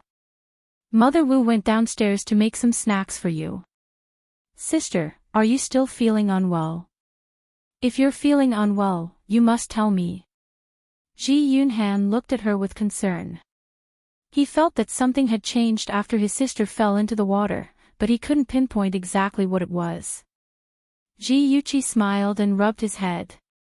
I'm fine, don't worry about me. How about you? How have your studies been? Have you been bullied in school? She remembered that Ah Han had just entered the first year of high school. He was originally very good at his studies, but for some reason, he started to skip classes. He didn't study hard and often made her father angry. Later, he joined the mafia. Her father was so angry that he almost cut off all ties with him. Later on, Ji Yunhan proudly raised his chin. Who do you think your brother is? How could I be bullied? You don't have to worry about my studies, I'm the first in the entire cohort. Of course, my brother is the best. Ji Yuqi smiled and patted him on the shoulder. Then, she said seriously, Ah Han, no matter what difficulties you encounter, remember to tell me. I'll definitely help you. Don't forget, I'm your biological sister. Ji Yunhan was startled. His handsome face bloomed with a brilliant smile. He nodded heavily. I know, sister. Ever since Yi Zissou entered their house, his sister rarely chatted with him so intimately. She preferred to play with Yi Zissou. However, now that his sister was willing to treat him intimately again, he was so happy that he could fly. Big sister Chi-Chi, may I come in? A gentle voice interrupted the siblings' conversation. Ji Yuqi's heart trembled. She unconsciously clenched her fists and stared at the closed door with hatred. She would never forget that it was the owner of that voice who had colluded with that beast, Jiang Tianhao, to destroy their Ji family. Ji Yunhan muttered impatiently, annoying person. Ji Yuqi seemed to wake up from a dream. Her tense body suddenly relaxed. She had to calm down. If she always got angry so easily, Yi Zissou and her good mother would definitely see through her. She rubbed Ji Yunhan's hair and whispered, in the future, even if you hate someone, you can't show it. Otherwise, you'll be used by the enemy, understand? Ji Yunhan stared at her in disbelief. Sister, are you sure you're really my sister and not an alien in disguise? He had nagged his sister more than once that mother and daughter were bad people, but he was always scolded by his sister for being insensible. This time, she didn't scold him and even said such things. Ji Yuqi felt a little bitter. She hugged him. "Ah Han, only you and Dad are my family. I'll definitely protect you." Ji Yunhan still wanted to say something, but Yi Zisu knocked on the door again. "Sister Chi-Chi, are you okay?" Ji Yuqi let go of Ji Yunhan. Her lips curled into a tranquil smile as she said softly, "I'm fine." "Zisu, come in." The door opened, and a beautiful figure walked in. The 19-year-old Yi Zisu was very beautiful. She looked very much like her mother, Qin Tingfang. She had a pair of big watery eyes, a tall nose, pink lips, and a delicate face the size of a palm. She wore a white wool dress that accentuated her graceful figure. Her movements were elegant, like a fresh and elegant lily that bloomed quietly. Others were bewitched by her pure appearance. Only Ji Yuqi knew that her heart was as vicious as a scorpion's. Ji Yuqi's smile grew brighter, but her eyes were cold. "Yi Zisu, we meet again. Sister Chi-Chi, are you feeling better?" Yi Zisu's delicate face was filled with worry. Ji Yuqi stared at her beautiful face and her pretentious expression. She really wanted to rush up and bite her throat. However, she couldn't be impulsive. She would take revenge for all the pain she had suffered, bit by bit. She pinched her palms hard and tried to control her emotions. She curled her lips and said, "I'm fine now. I've made you worry, Zisu." Yi Zisu seemed to heave a sigh of relief. Her furrowed brows loosened, and she looked at her reproachfully. "Sister Chi-Chi, you have to be more careful in the future. It's so dangerous to fall into the lake in the middle of winter. Fortunately, someone passed by and saved you. Otherwise, the consequences would have been unimaginable." Her tone was reproachful, but every word she said was for Ji Yuqi's sake, as if she was really a good sister who cared about her older sister. If Ji Yuqi hadn't been reborn and seen through her true colors, she would have been bewitched by her fake kindness. Ji Yuqi's eyes flashed with ridicule, but her lips curved into a gentle smile. "All right, Zisu, I already know my mistake. Don't embarrass me anymore. I was just taught a lesson by Ah Han." Ji Yunhan had been standing to the side watching Yi Zisu's pretentious behavior. He was originally very impatient, but when he recalled his older sister's reminder, he didn't mock and ridicule Yi Zisu like before. He only snorted and replied to his older sister, "In the future, don't tell others that I'm your younger brother. I don't have such a stupid older sister like you." Ji Yuqi pretended to be angry and snorted twice. Yi Zisu hurriedly smoothed things over and changed the topic, but in her heart, she couldn't wait for the relationship between the siblings to worsen as much as possible. "Sister Chi-Chi, I almost forgot that Senior Jiang Tianhao is here to see you. Let's hurry downstairs." Ji Yuqi looked confused. "Jiang Tianhao? Who's that?" Yi Zisu stepped forward and held her arm. She smiled gently. "Sister Chi-Chi, Senior Jiang is a famous person in our school.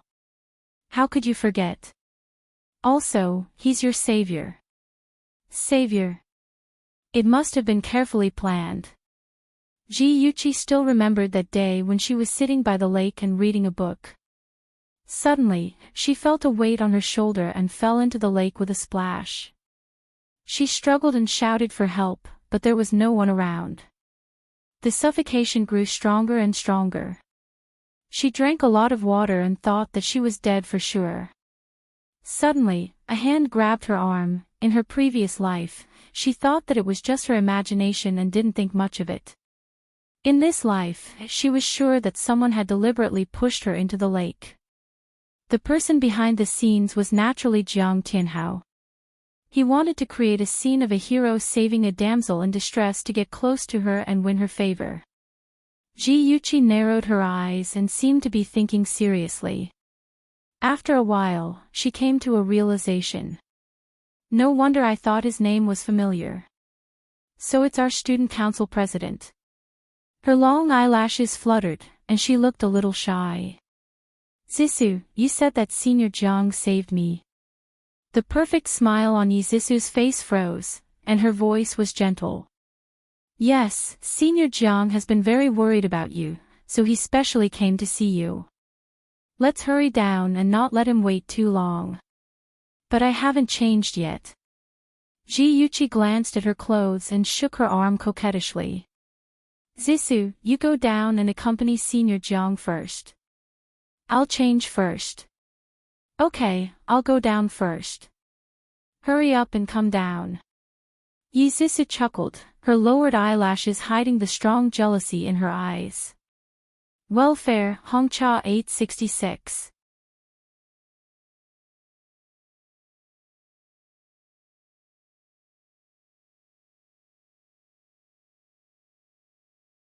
Chapter 791. In the living room, a man and woman were sitting on opposite ends of the sofa, chatting in a soft voice. From time to time, Zissou's delicate laughter could be heard.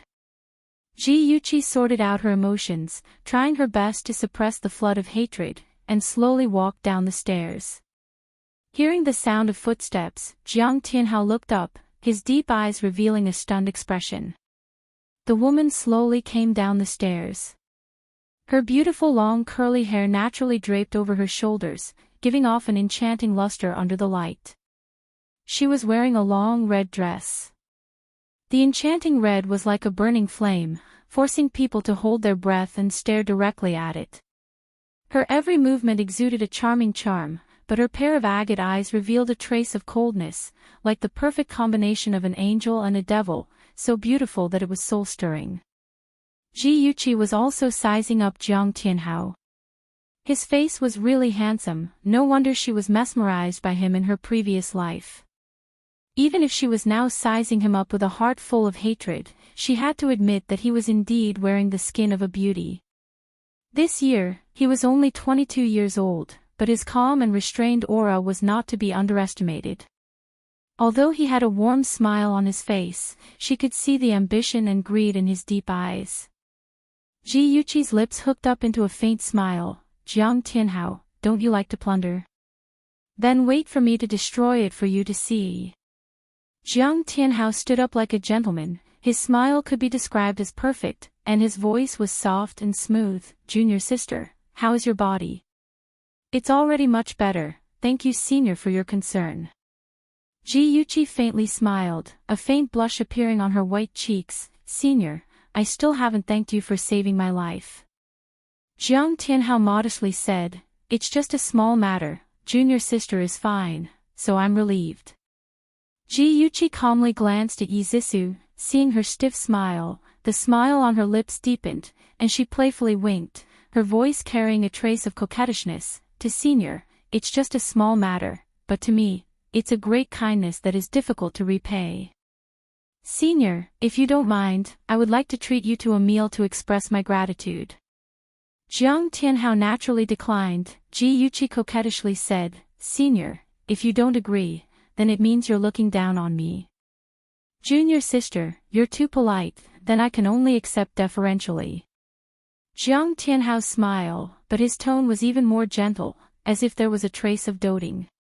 Clang! Zissou accidentally knocked over the teacup, the tea spilling onto her skirt.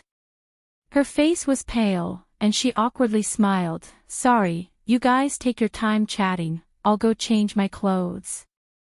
Ji watched as she hurriedly left, a trace of ridicule in her eyes. So, Zissou had liked Jiang Tianhao for a long time.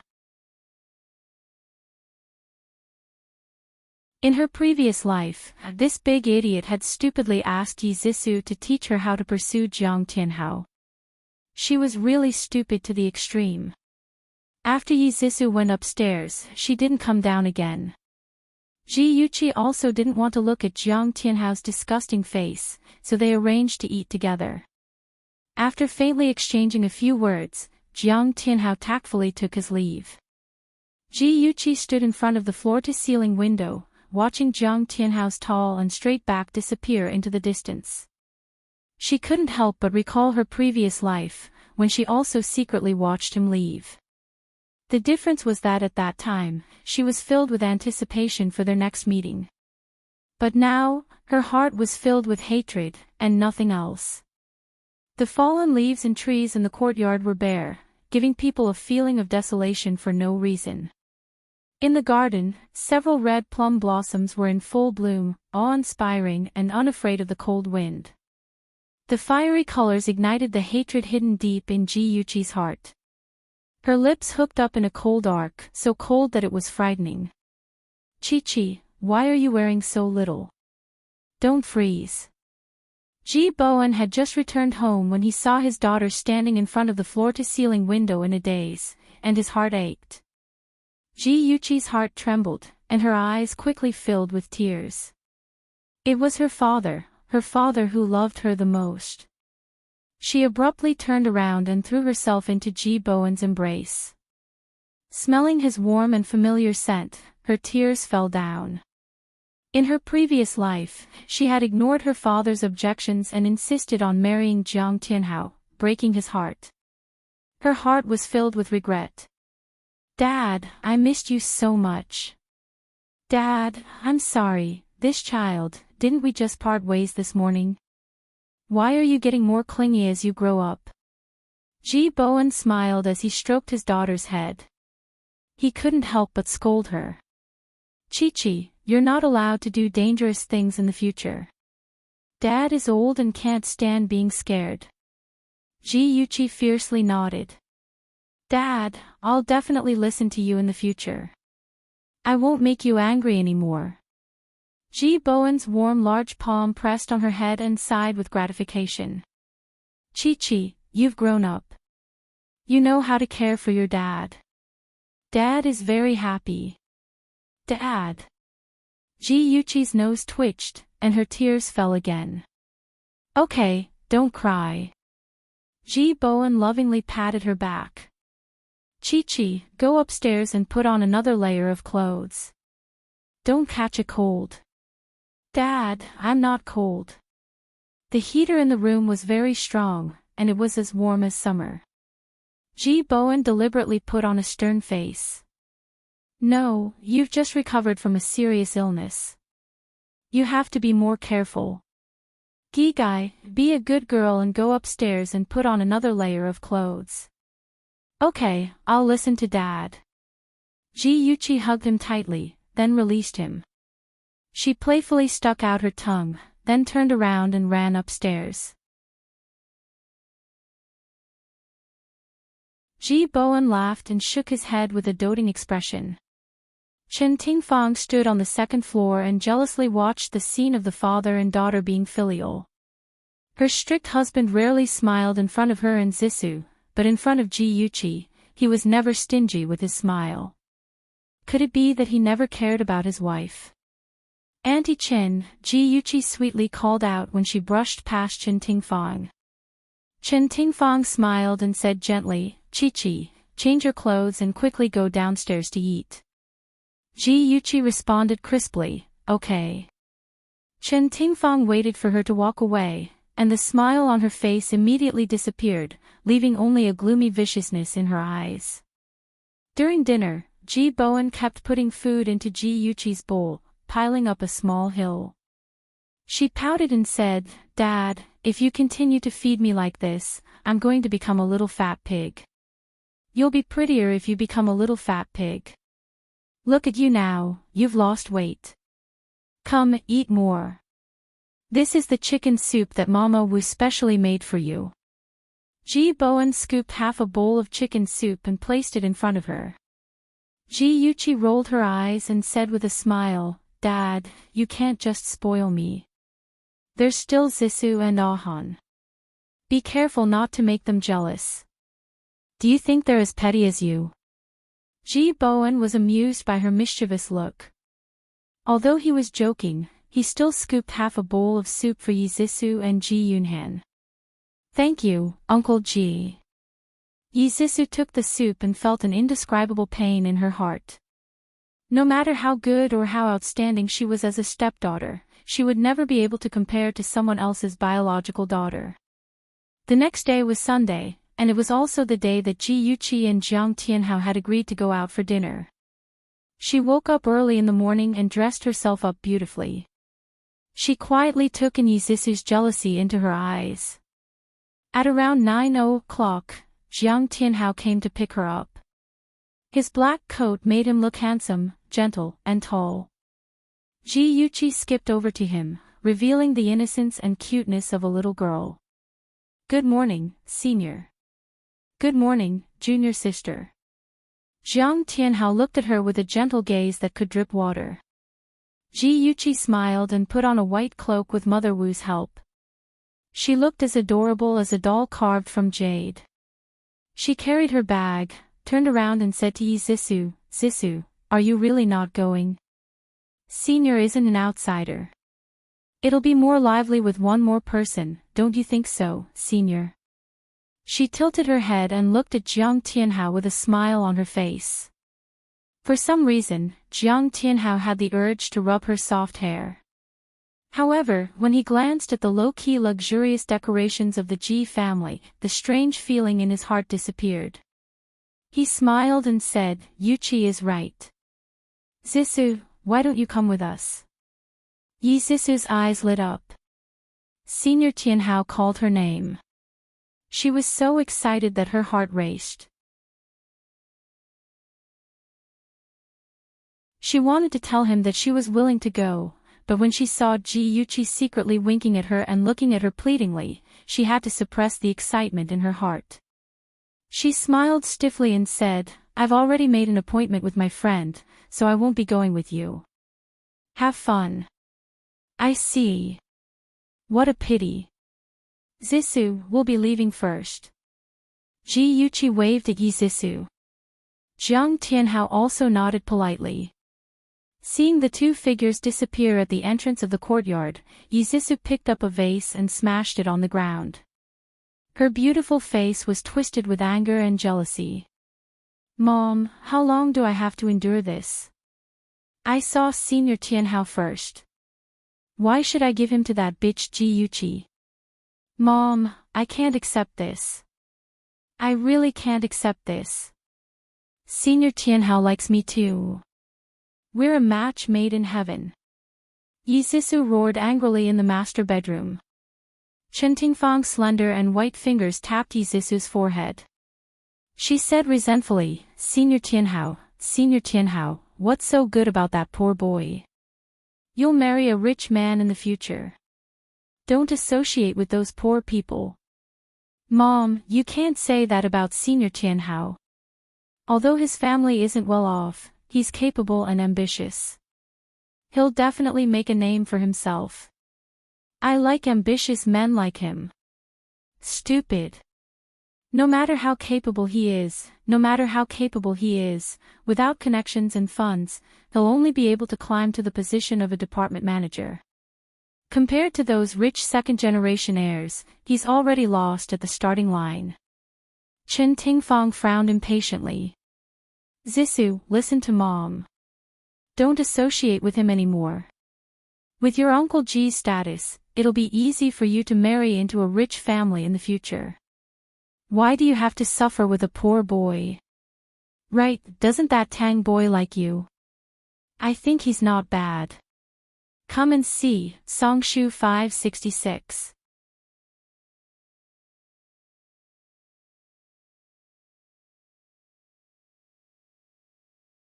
Chapter 792. Mom, Tang Feng isn't bad, but I don't like him. The one I like is Senior Tianhao. I beg you, please help me. Yi Zissou hugged Chen Tingfang's arm and acted like a spoiled child. Mom, if G Group becomes ours, we'll have our own money. Why do we have to marry a rich husband and look at his face? Her words poked at Chen Tingfang's sore spot. Although Chen Tingfang married a rich husband after remarrying, Ji Bowen wasn't the kind of person who indulged in extravagance. He wouldn't let Chen Tingfang flaunt her wealth, so he often made her lose face in front of those rich wives. Thinking about it, she used to be a legitimate daughter of a wealthy family. If it weren't for her family's downfall and her ex-husband's downfall, she wouldn't have to look at her current husband's face. Chen Tingfang's expression turned ugly. Yi Zhisu continued to add fuel to the fire. Mom, you've seen it for yourself. No matter how hard we try, Uncle Ji still likes Ji Yuqi the most. She's his biological daughter. There's no way he'll leave his family assets to us. It was fine in the past. Ji Yuqi was arrogant and ignorant. One day, she would fall into our hands. But now, it's as if she's suddenly enlightened. Look at how happy she's made Uncle Ji. I'm even suspecting that she knows something. Chen Tingfang's gaze turned cold. Her scarlet nails dug into the edge of the table. She sneered and said, if we want to defeat Ji Yuqi, we have to first make her lose Ji Bowen's favor. Let's see what else she can do without the person protecting her. Yi Zhisu was delighted. Mom, you have a plan. Chen Tingfang scratched a few marks on the table with her fingernails. Her eyes were sinister and vicious. She whispered something into Yi Zhisu's ear, which made Yi Zhisu beam with joy. Ji Yuqi, let's see how long you can be so mighty. Ji Yuqi, who was being talked about, was having a meal with Jiang Tianhao in a high-class Western restaurant. She lowered her eyes and elegantly cut the steak on the plate. She imagined that she was cutting Jiang Tianhao, and her mood inexplicably became better. Sure enough, love and hate were separated by a single thought. In her previous life, she loved him so much that even a scratch on his hand made her heart ache. But now, fantasizing about how to torture him had become her greatest hobby. Yuqi, what do you usually like to do? Jiang Tianhao's voice was clear and gentle. Ji Yuqi's expression was indifferent. Eat, sleep, study, and occasionally go shopping. There's nothing special.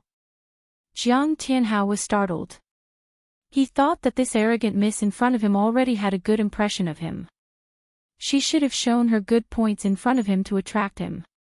Even if she didn't have any good points, she should have said that she had some elegant interests. Her answer was too honest. Ji Yuqi didn't know what he was thinking and didn't care. She only focused on eating, treating him as if he was nothing. Jiang Tianhao still wanted to worm his way into being friends with her. He created a few more topics, but she rebutted him indifferently. He couldn't guess what she was thinking, but he also found it more interesting. It seemed that she wasn't the simple-minded, unruly, and willful Miss in the rumors. When it was time to pay the bill, Jiang Tianhao displayed his gentlemanly demeanor.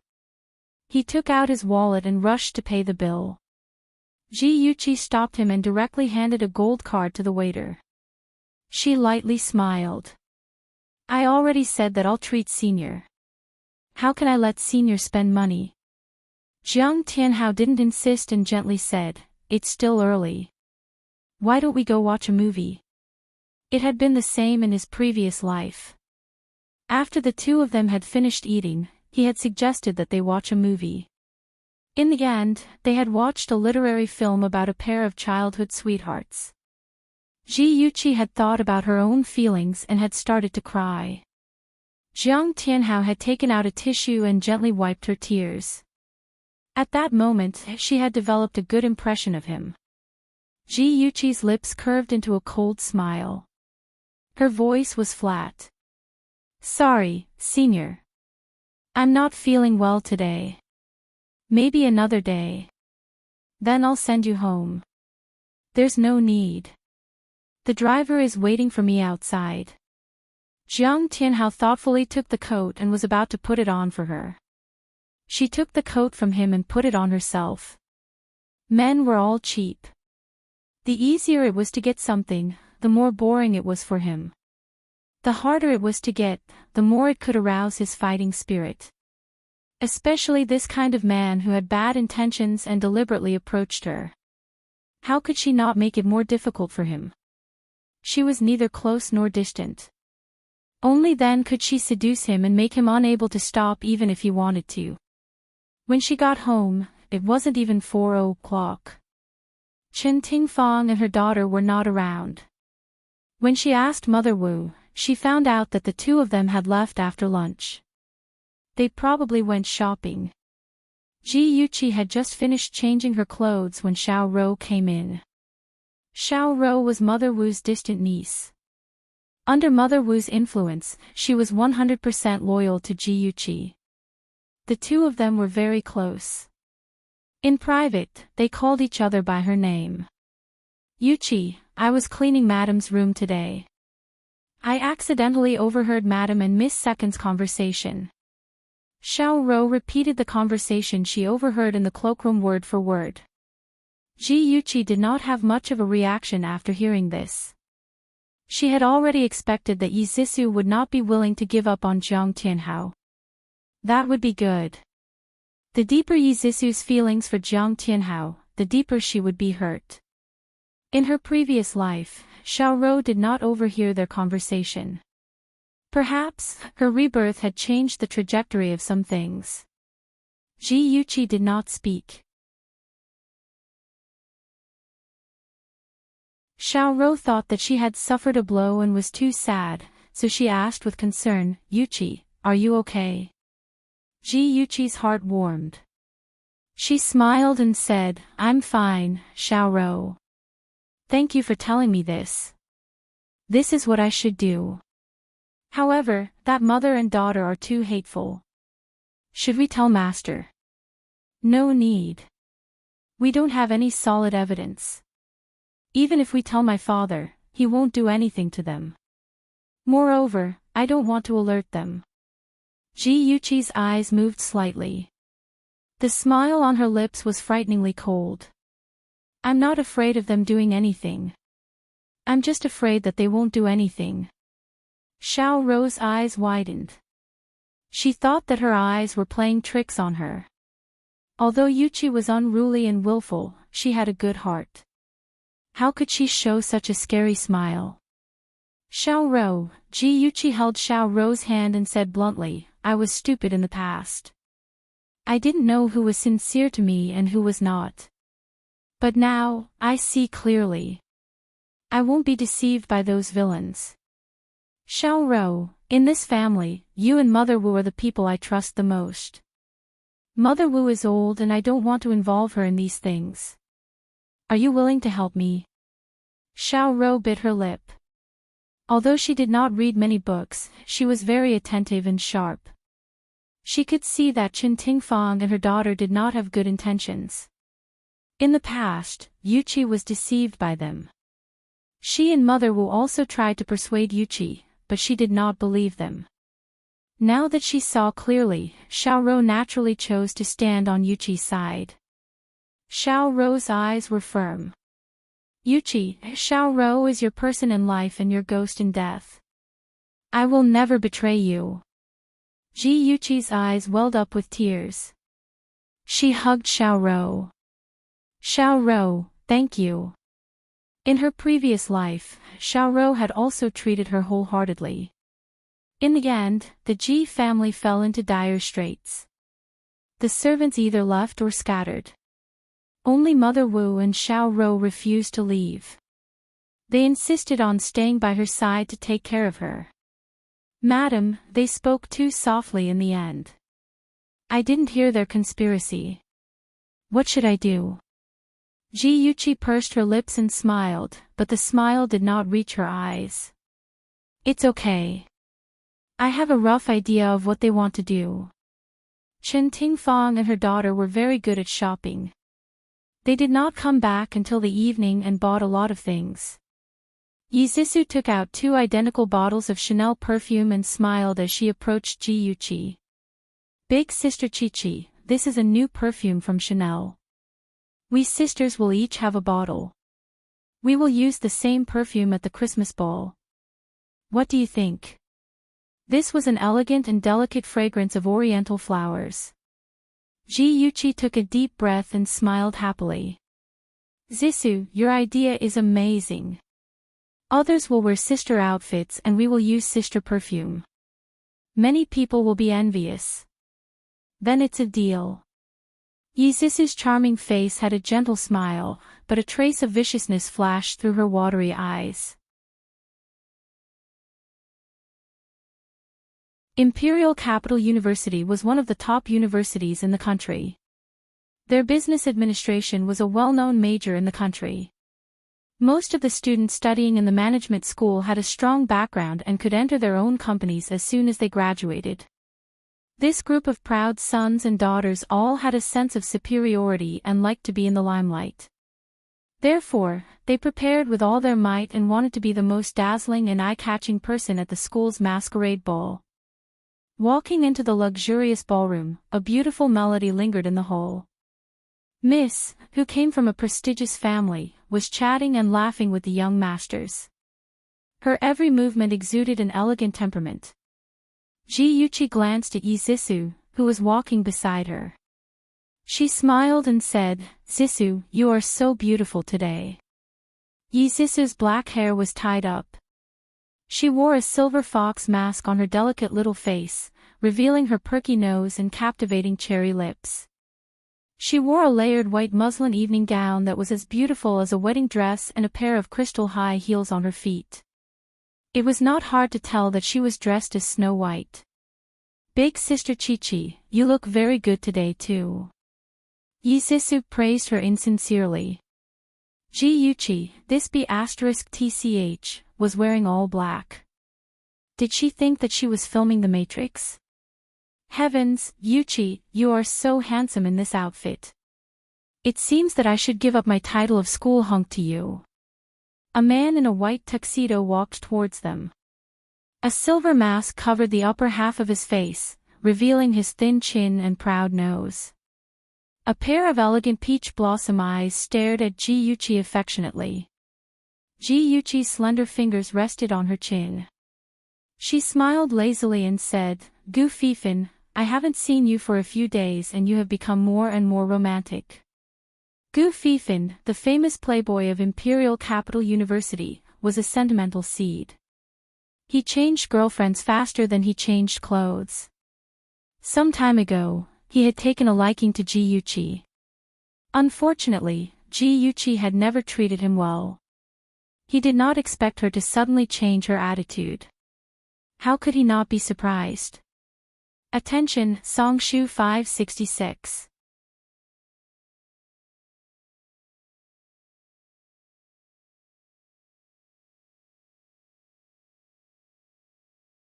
Chapter 793. Gu Fifan's eyes became more and more scorching. He casually picked up 2 glasses of red wine from the waiter's tray and handed one to Ji-Yuchi. He held the other glass in his hand and slowly shook the wine glass. He chuckled and said, "To be able to receive Miss G's praise, would be willing to die. Miss G, I wonder if you would be willing to do me the honor and accompany me for the first dance." From the beginning to the end, Gu Fifan did not even look at Zissou. She was about to explode in anger. She always thought of herself as beautiful. Every time at the ball, she would be the object of the men's attention. This was the first time she was completely ignored by a man. "Okay, it would be my honor." Ji-Yuchi gracefully touched Gu Fifan's wine glass and took a sip of red wine. Zissou watched her drink the red wine. Her eyes suddenly turned cold. "Very good, Ji-Yuchi, just wait to fall into hell." She glanced at Gu Fifan. "Humph, you blind man. Just wait to be destroyed together with Ji-Yuchi." Jiang Tianhao searched for Ji-Yuchi for a long time. In the end, he saw her dancing with a man in a white suit. Ji-Yuchi's graceful body was wrapped in a tight black vest with a black leather jacket. Black hot pants tightly clung to her perky buttocks and slender thighs. A pair of knee-high boots decorated her figure even more sexy and charming. She did not wear a mask on her face. Her expression was cold. Her pair of charming phoenix eyes were indifferent. Her chin was slightly raised. Her white cheeks were suffused with a cold luster under the bright light. Two figures, one black and one white, danced in the hall. Their dance moves were bold and unrestrained, attracting everyone's attention. Amazement, envy, jealousy, all kinds of gazes were intertwined on them. Jiang Tianhao stared at the beautiful figure without blinking. His deep eyes showed a trace of absent-mindedness. Every time he saw her, she was different. Arrogant, cute, charming, cold. Which one was the real her? She was like a poppy flower. She had a beautiful appearance and a mysterious aura. He couldn't help but get close to her and get addicted.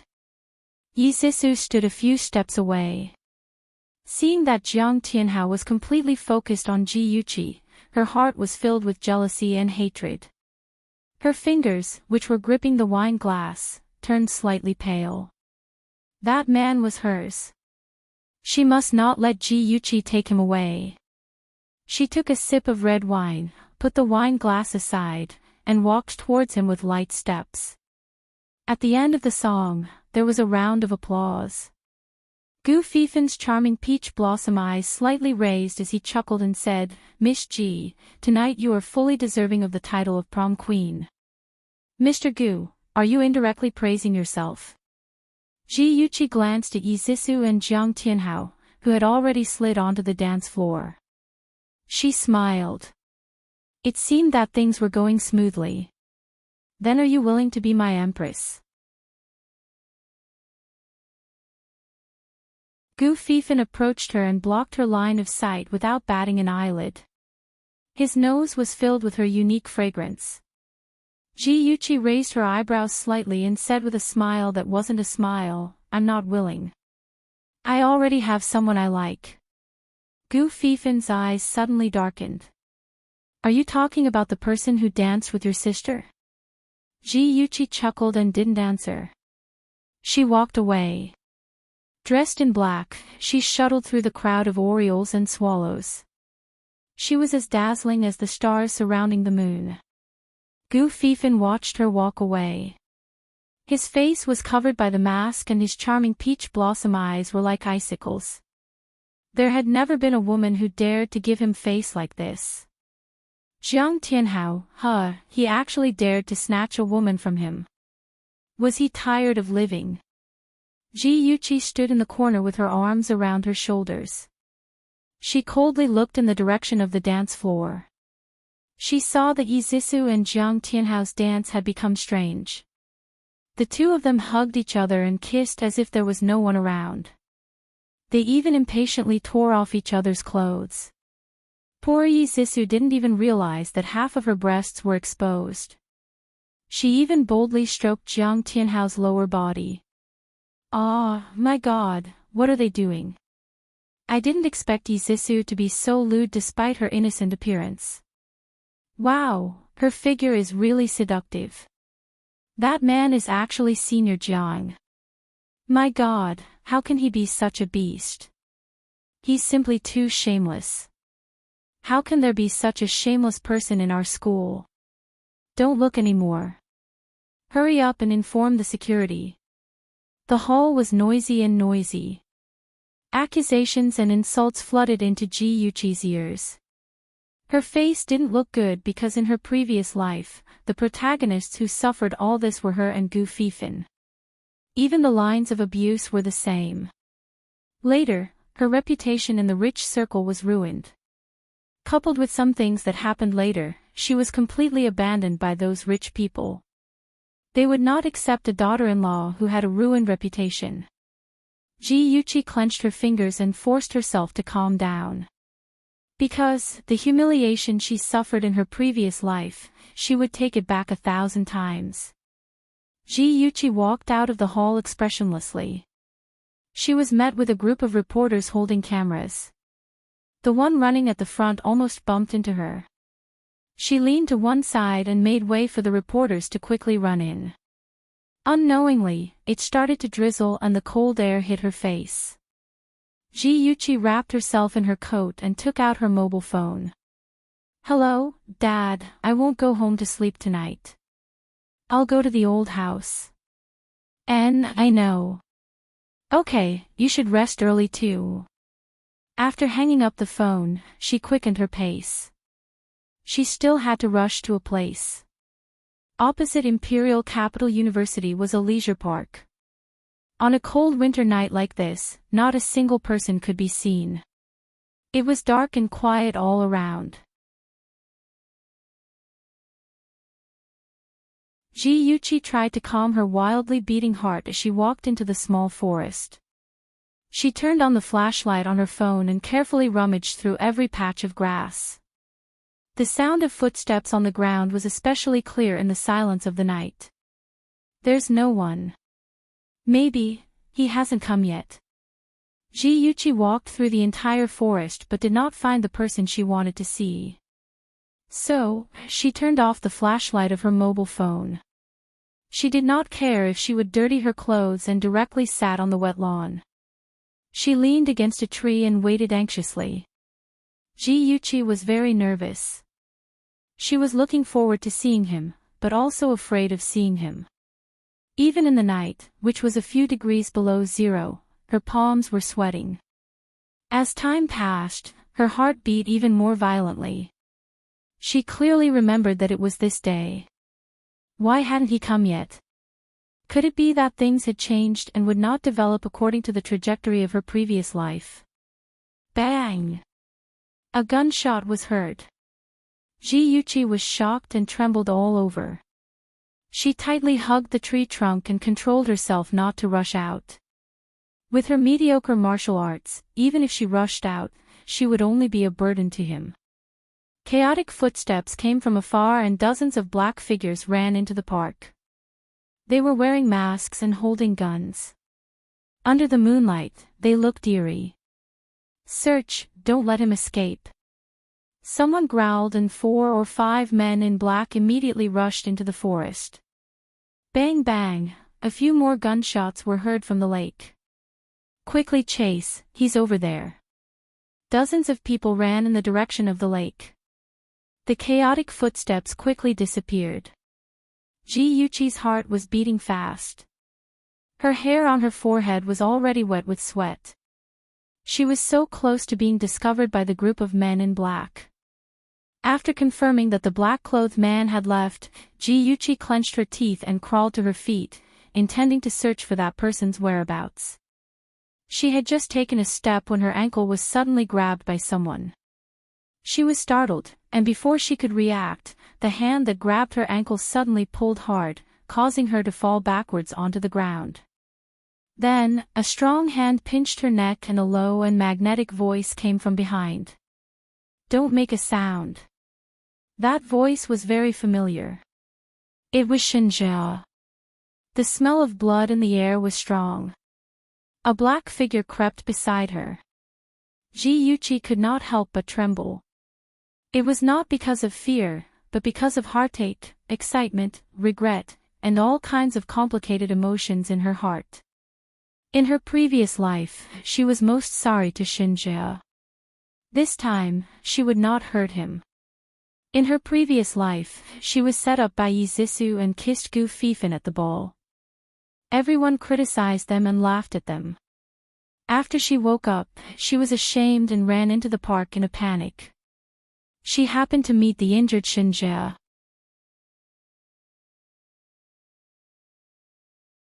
But at that time, Shinja was almost unconscious and did not have the strength to pinch her neck. She brought him back to the old mansion for treatment and recuperation. From then on, their fates were intertwined. Thinking about her past life, Ji-Yuchi's nose began to sting uncomfortably. Slowly, with trembling fingers, she grasped Shinja's hand that was strangling her neck.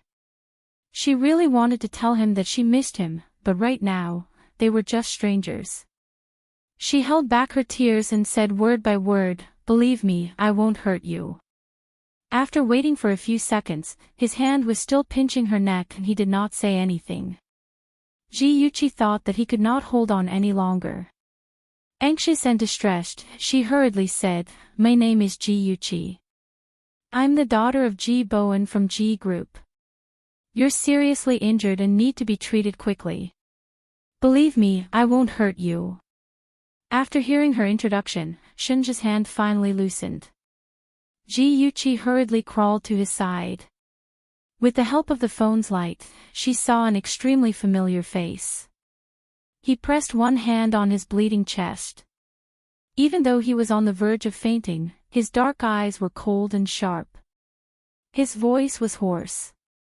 "Don't go to the hospital. Take me to a small clinic." He had gunshot wounds. If he went to the hospital, the police would be attracted. It was more likely that the assassins would be able to track him down. Okay. Ji Yuchi did not have time to think. She hurriedly helped him up from the ground and leaned him on her shoulder. With one hand on his waist and the other holding the phone's light, she groped her way out of the forest. "Hold on a little longer. My car is parked outside." Ji Yuchi was so tired that she was panting. Suddenly, she realized that the person leaning on her shoulder was not responding. She turned her head to look. Shinja's head was drooping. He had already fainted. Ji Yuchi's heart clenched. She hurriedly helped him lean against a tree trunk. She quickly took off her high-heeled boots and threw them aside. Then, she bent down and carried him on her back. His weight almost pressed her down. She gritted her teeth, lifted his body on her back, and struggled to walk. Welfare, Shinwoo 799.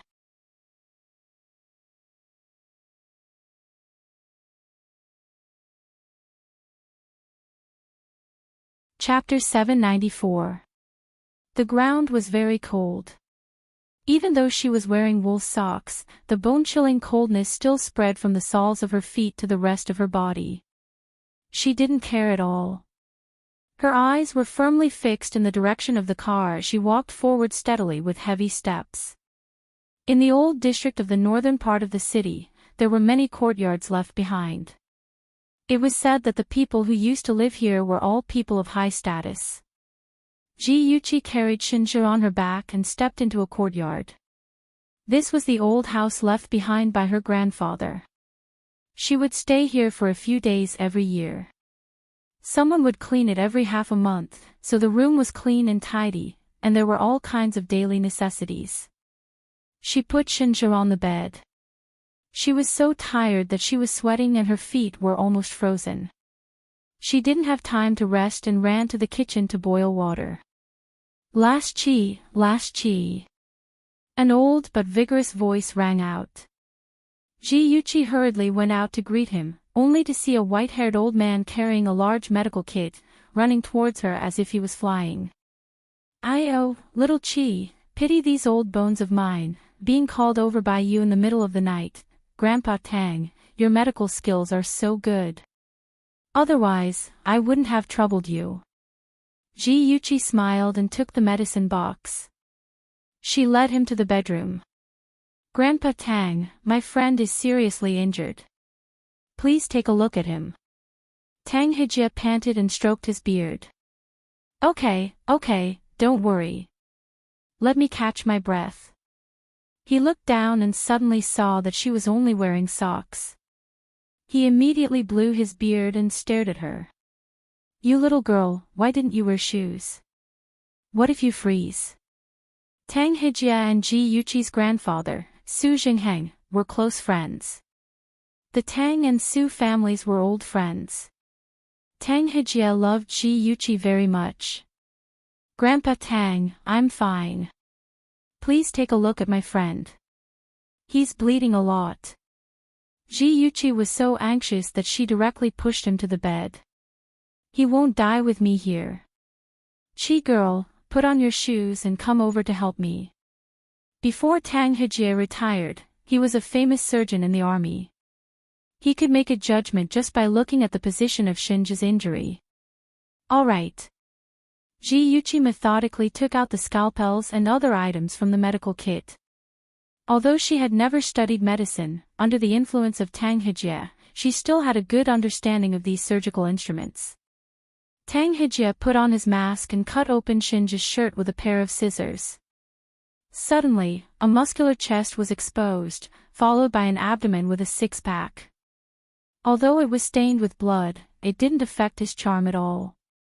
Ji Yuqi blushed, but then she felt ashamed. She was also a nurse now, so how could she have so many scruples? Pursing her lips, she picked up a hot towel and carefully cleaned up the bloodstains. Anesthetic. Tang Hijie stretched out his right hand. Ji Yuqi hurriedly placed the anesthetic needle in his hand. Scalpel. Surgical forceps. Hemostatic forceps. In the brightly lit room, a bullet removal operation was being carried out nervously. 2 hours later, Tang Hijie completed the last step and was drenched in sweat. He took off his mask and slowly breathed a sigh of relief. Okay, girl, pay attention to his temperature tonight. If his fever is too high, give him the antipyretic medicine and use physical cooling methods. Okay, I got it. Grandpa Tang, you must be tired. I'll take you to the guest room to rest. Ji Yuqi looked at his tired face and her heart was full of gratitude. No need, I'll go by myself. I'm familiar with this place as if it's my own home. You must be tired too. Rest for a while. Tang Hijie said a few more words to her before leaving. Ji Yuqi took out a clean nightgown and toiletries from the wardrobe and sent to Tang Hijie's room. Then she went to the bathroom to take a shower. When she took off her socks, she found that the blisters on the soles of her feet were broken and the socks were stuck to the soles of her feet. When she took them off, she hissed in pain. After her shower, she changed into a set of home clothes and used alcohol to disinfect the soles of her feet. Then she covered herself with a blanket and stayed by Shinja's bedside. She leaned against the back of the chair and carefully looked at Shinja. In her previous life, she had focused all her attention on Jiang Tianhao and had never seen the good in Shinja. For the first time, she realized that Shinja was even more beautiful than a woman. His tall nose was as exquisite as a sculpture, his thin lips were perfect to the extreme, and his pale face did not affect his innate nobility and arrogance. She still remembered how magnificent his eyes were when he opened them. She still remembered that he gave up his eyes and gave up his light for her. Her heart ached. She reached out and covered his eyes with her hands and murmured, Shinja, it's not too late. Shinja, in this life, I don't want you to sacrifice anything for me. Shinja, in this life, it's my turn to protect you. Ji Yuqi adjusted the clock and woke up every half an hour. She touched Shinja's forehead to see if he had a fever. It was past 5 in the morning. He indeed had a fever. His beautiful face was flushed. Ji Yuqi checked his temperature with a thermometer and found that his temperature had reached 38 degrees Celsius. Her heart tightened and she quickly poured a glass of warm water and took out some fever medicine. Shinja, Ji Yuqi wanted to wake him up to take the medicine but suddenly remembered that he was still a stranger to her. She could only gently pat his cheek. Hey, wake up, wake up. Thump, Ji Yuqi was sprawled on the floor, grimacing in pain. She looked at the culprit. She didn't know when Shinja had already sat up straight. His long and narrow eyes glowed with a cold light. His thin lips were tightly pursed, and his entire body was releasing a violent aura. He was like a ferocious leopard, staring at her warily. But if she took a closer look, she would find that his gaze was a little unfocused. It seemed that he was not really awake. Damn it, she actually forgot about Shinja's weird habit. That guy would never allow anyone to touch him when he was unconscious. She didn't understand why before, but after her rebirth, she could understand. His habit of being vigilant and on guard was obviously due to living in a dangerous environment for a long time. It was slowly cultivated.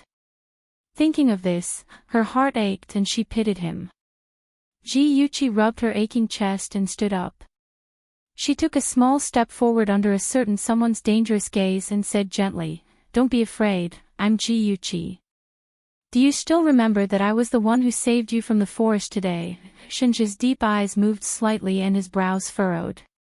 He seemed to be thinking hard, but also seemed to be trying hard to stay awake. Ji-Yuchi did not rush him and stood quietly in front of the bed. His gaze gradually focused and became deep. After a long while, he moved his thin lips and said in a cold and indifferent voice, "What are you trying to do?" Ji-Yuchi knew that he was completely awake. She heaved a sigh of relief and pointed to the cup of water and pills at the head of the bed. "You're running a high fever. I want to wake you up to take some fever medicine." Shinji glanced at the medicine and then at the white bandage wrapped around his chest. He said indifferently, "I'm not taking it, it's too bitter. Give me an ice pack." After saying this, he lay back on the bed and did not even look at Ji-Yuchi.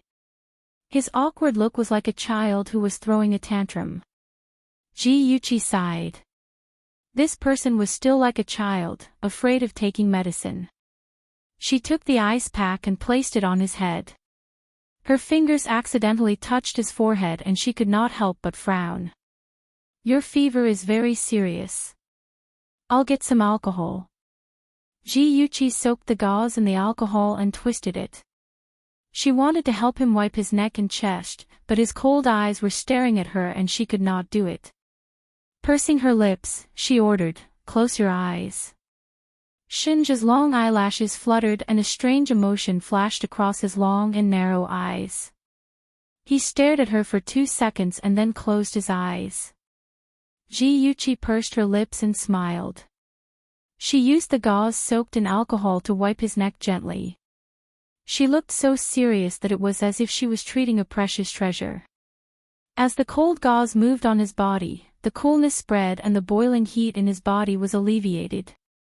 Occasionally, her fingertips would touch his skin and create ripples in his heart. He felt that the woman beside him was not a stranger, as if they had known each other in their previous lives. Ji-Yuchi carefully avoided his wounds. After wiping his body, she covered him with the blanket. Just as she was about to get up, he suddenly grabbed her wrist and asked in a hoarse voice, "Can you sing?" The flush on his face had faded and his eyes were clear like a lake. He looked at her with an indifferent expression, but she felt that he was like a child who was asking for candy. She suddenly smiled. "What do you want to hear?" He thought about it seriously. "Anything is fine." The smile on her lips deepened. She sat back down beside him and sang softly. Her voice was gentle and tranquil. There was a faint melancholy in her delicate eyes, as if she was telling a touching story. His gaze gradually deepened. His heart, which had been cold for a long time, suddenly beat fiercely. Ji-Yuchi looked at Shinji's peaceful sleeping face and smiled. Her hand reached out to his forehead, but before she could touch him, her hand froze and the smile on her lips became bitter. "Shinji, you said that when you see me smile, it's as if you have the whole world. Am I not the same? As long as I see you safe and sound, it's my greatest happiness." The next day, Ji-Yuchi was awakened by the glaring sunlight. She found that she was sleeping on Shinji's bed and there was no trace of him in the room.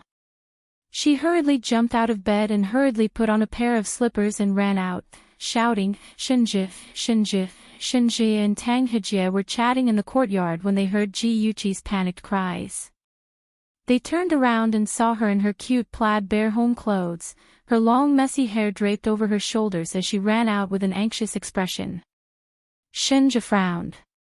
This woman was wearing so little. Didn't she know that it was cold? For a moment, he didn't realize that there was anything wrong with her calling his name. Tang Hejie was dumbfounded. He had never seen the little girl lose her composure like this. He coughed and pretended to be serious as he said, "Chi-Chi, what happened?" Attention, Hongcha 866.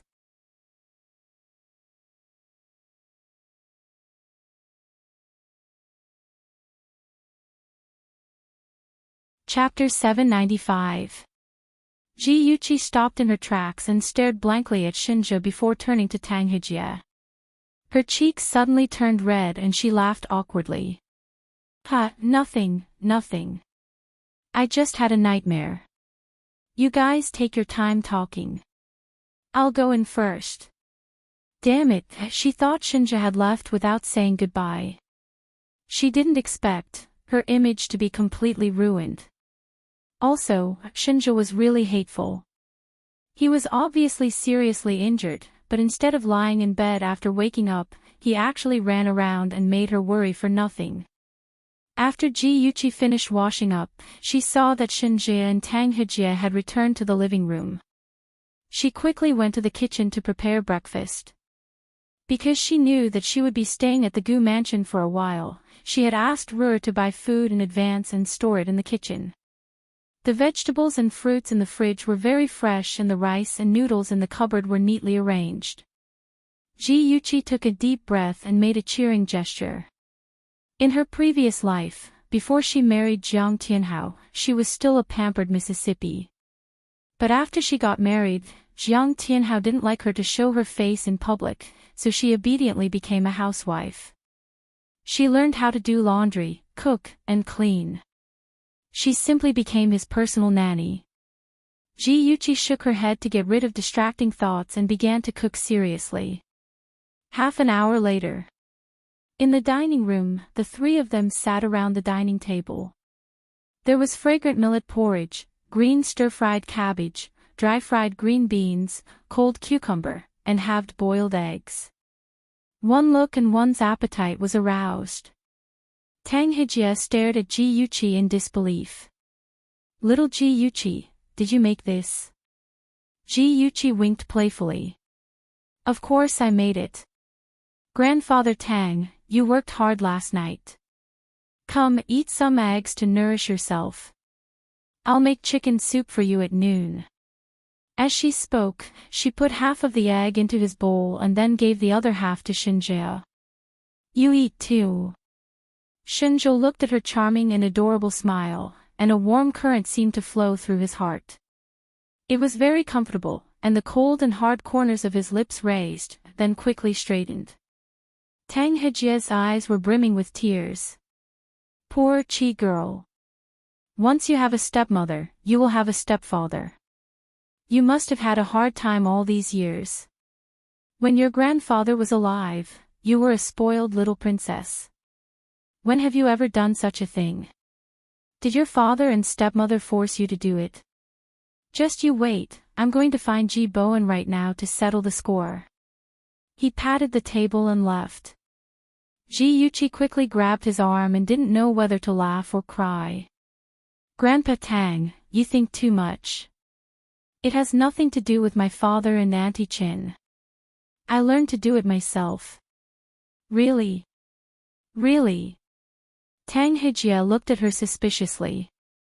Why are you learning all this?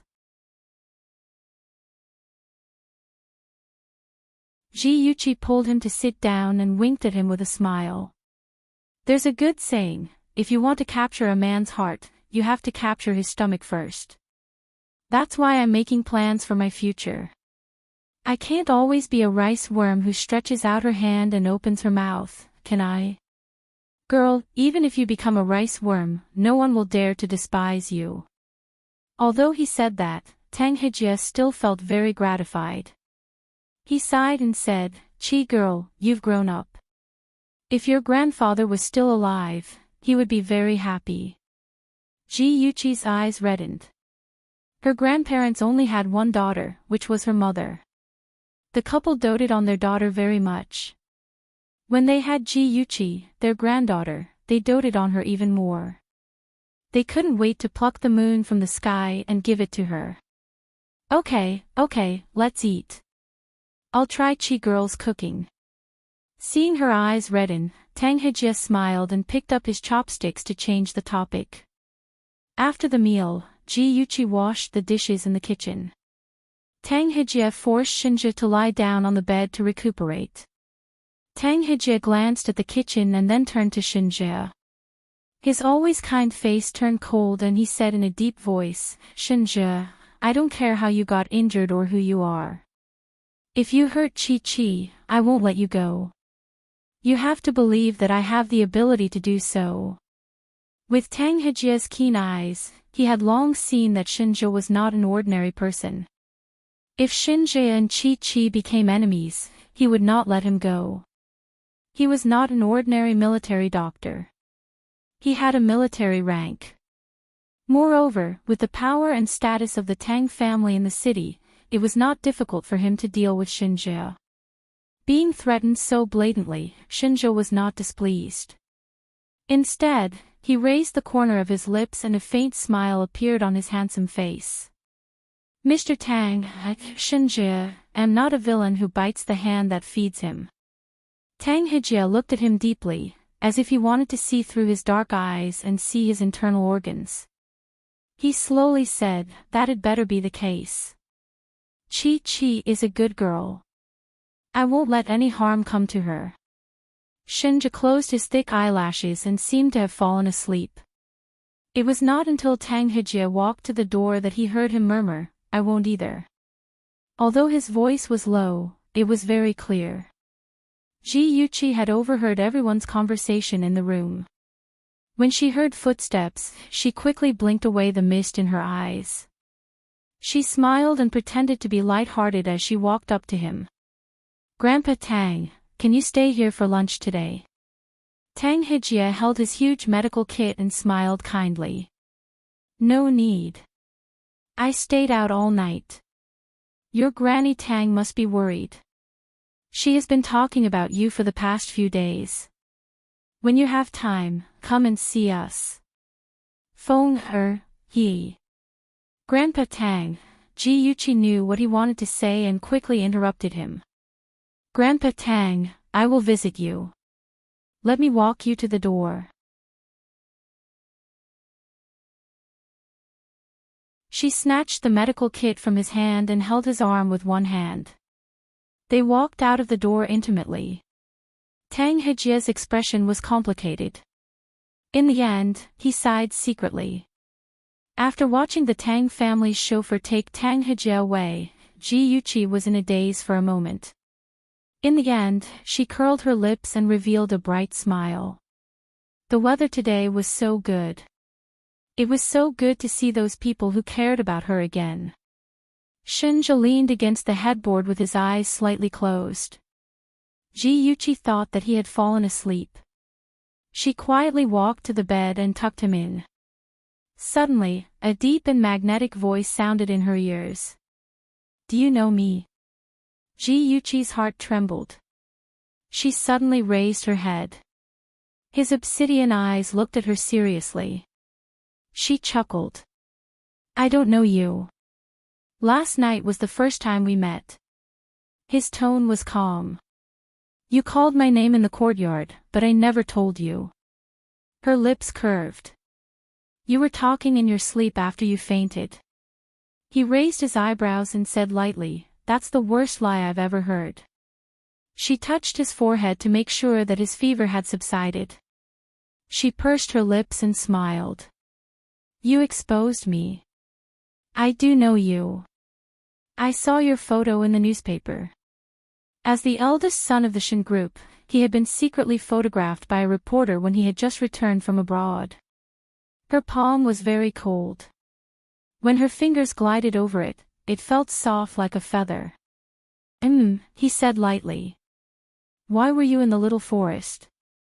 "My sister stole my dance partner. I felt uncomfortable, so I went to the park to relax." She explained, "I'm studying at the capital university. The school held a dance party last night."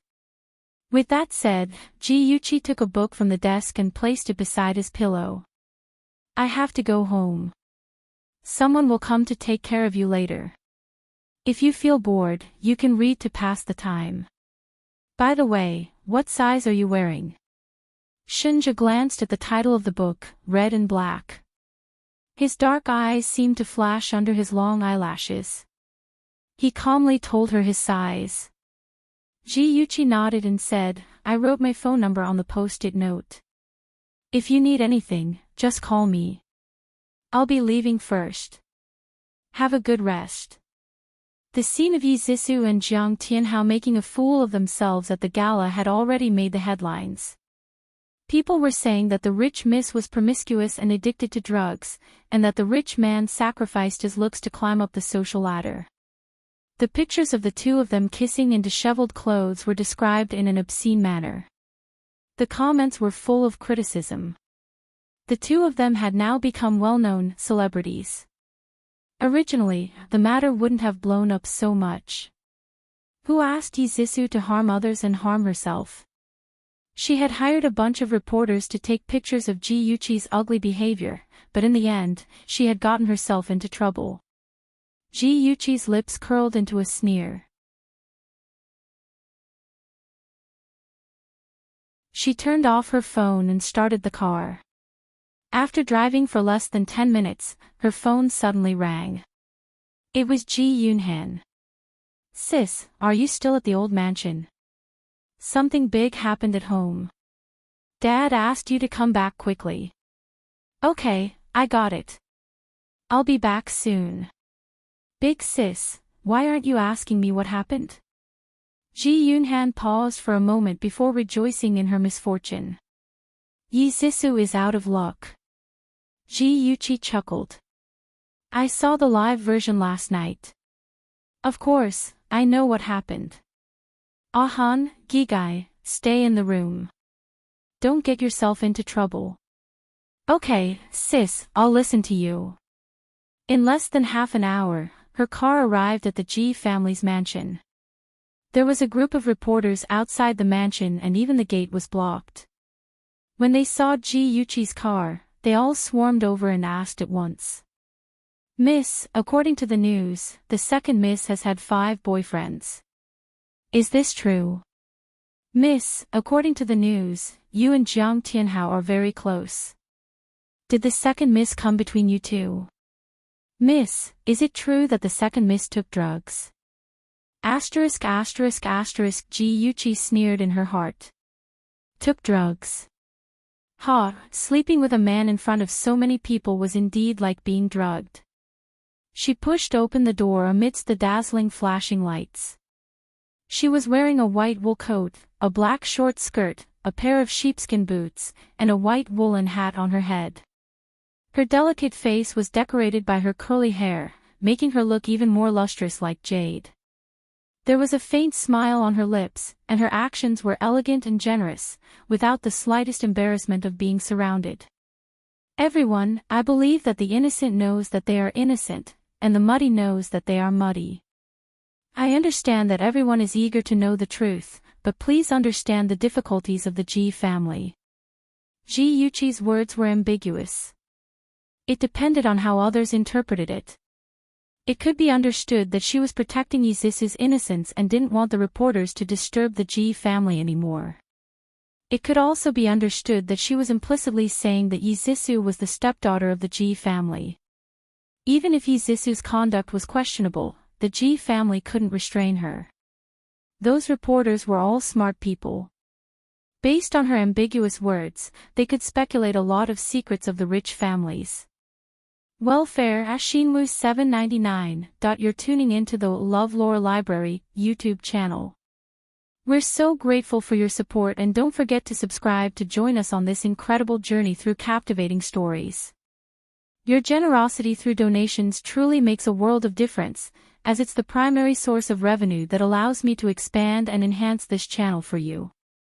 Thank you from the bottom of my heart for being a part of this adventure.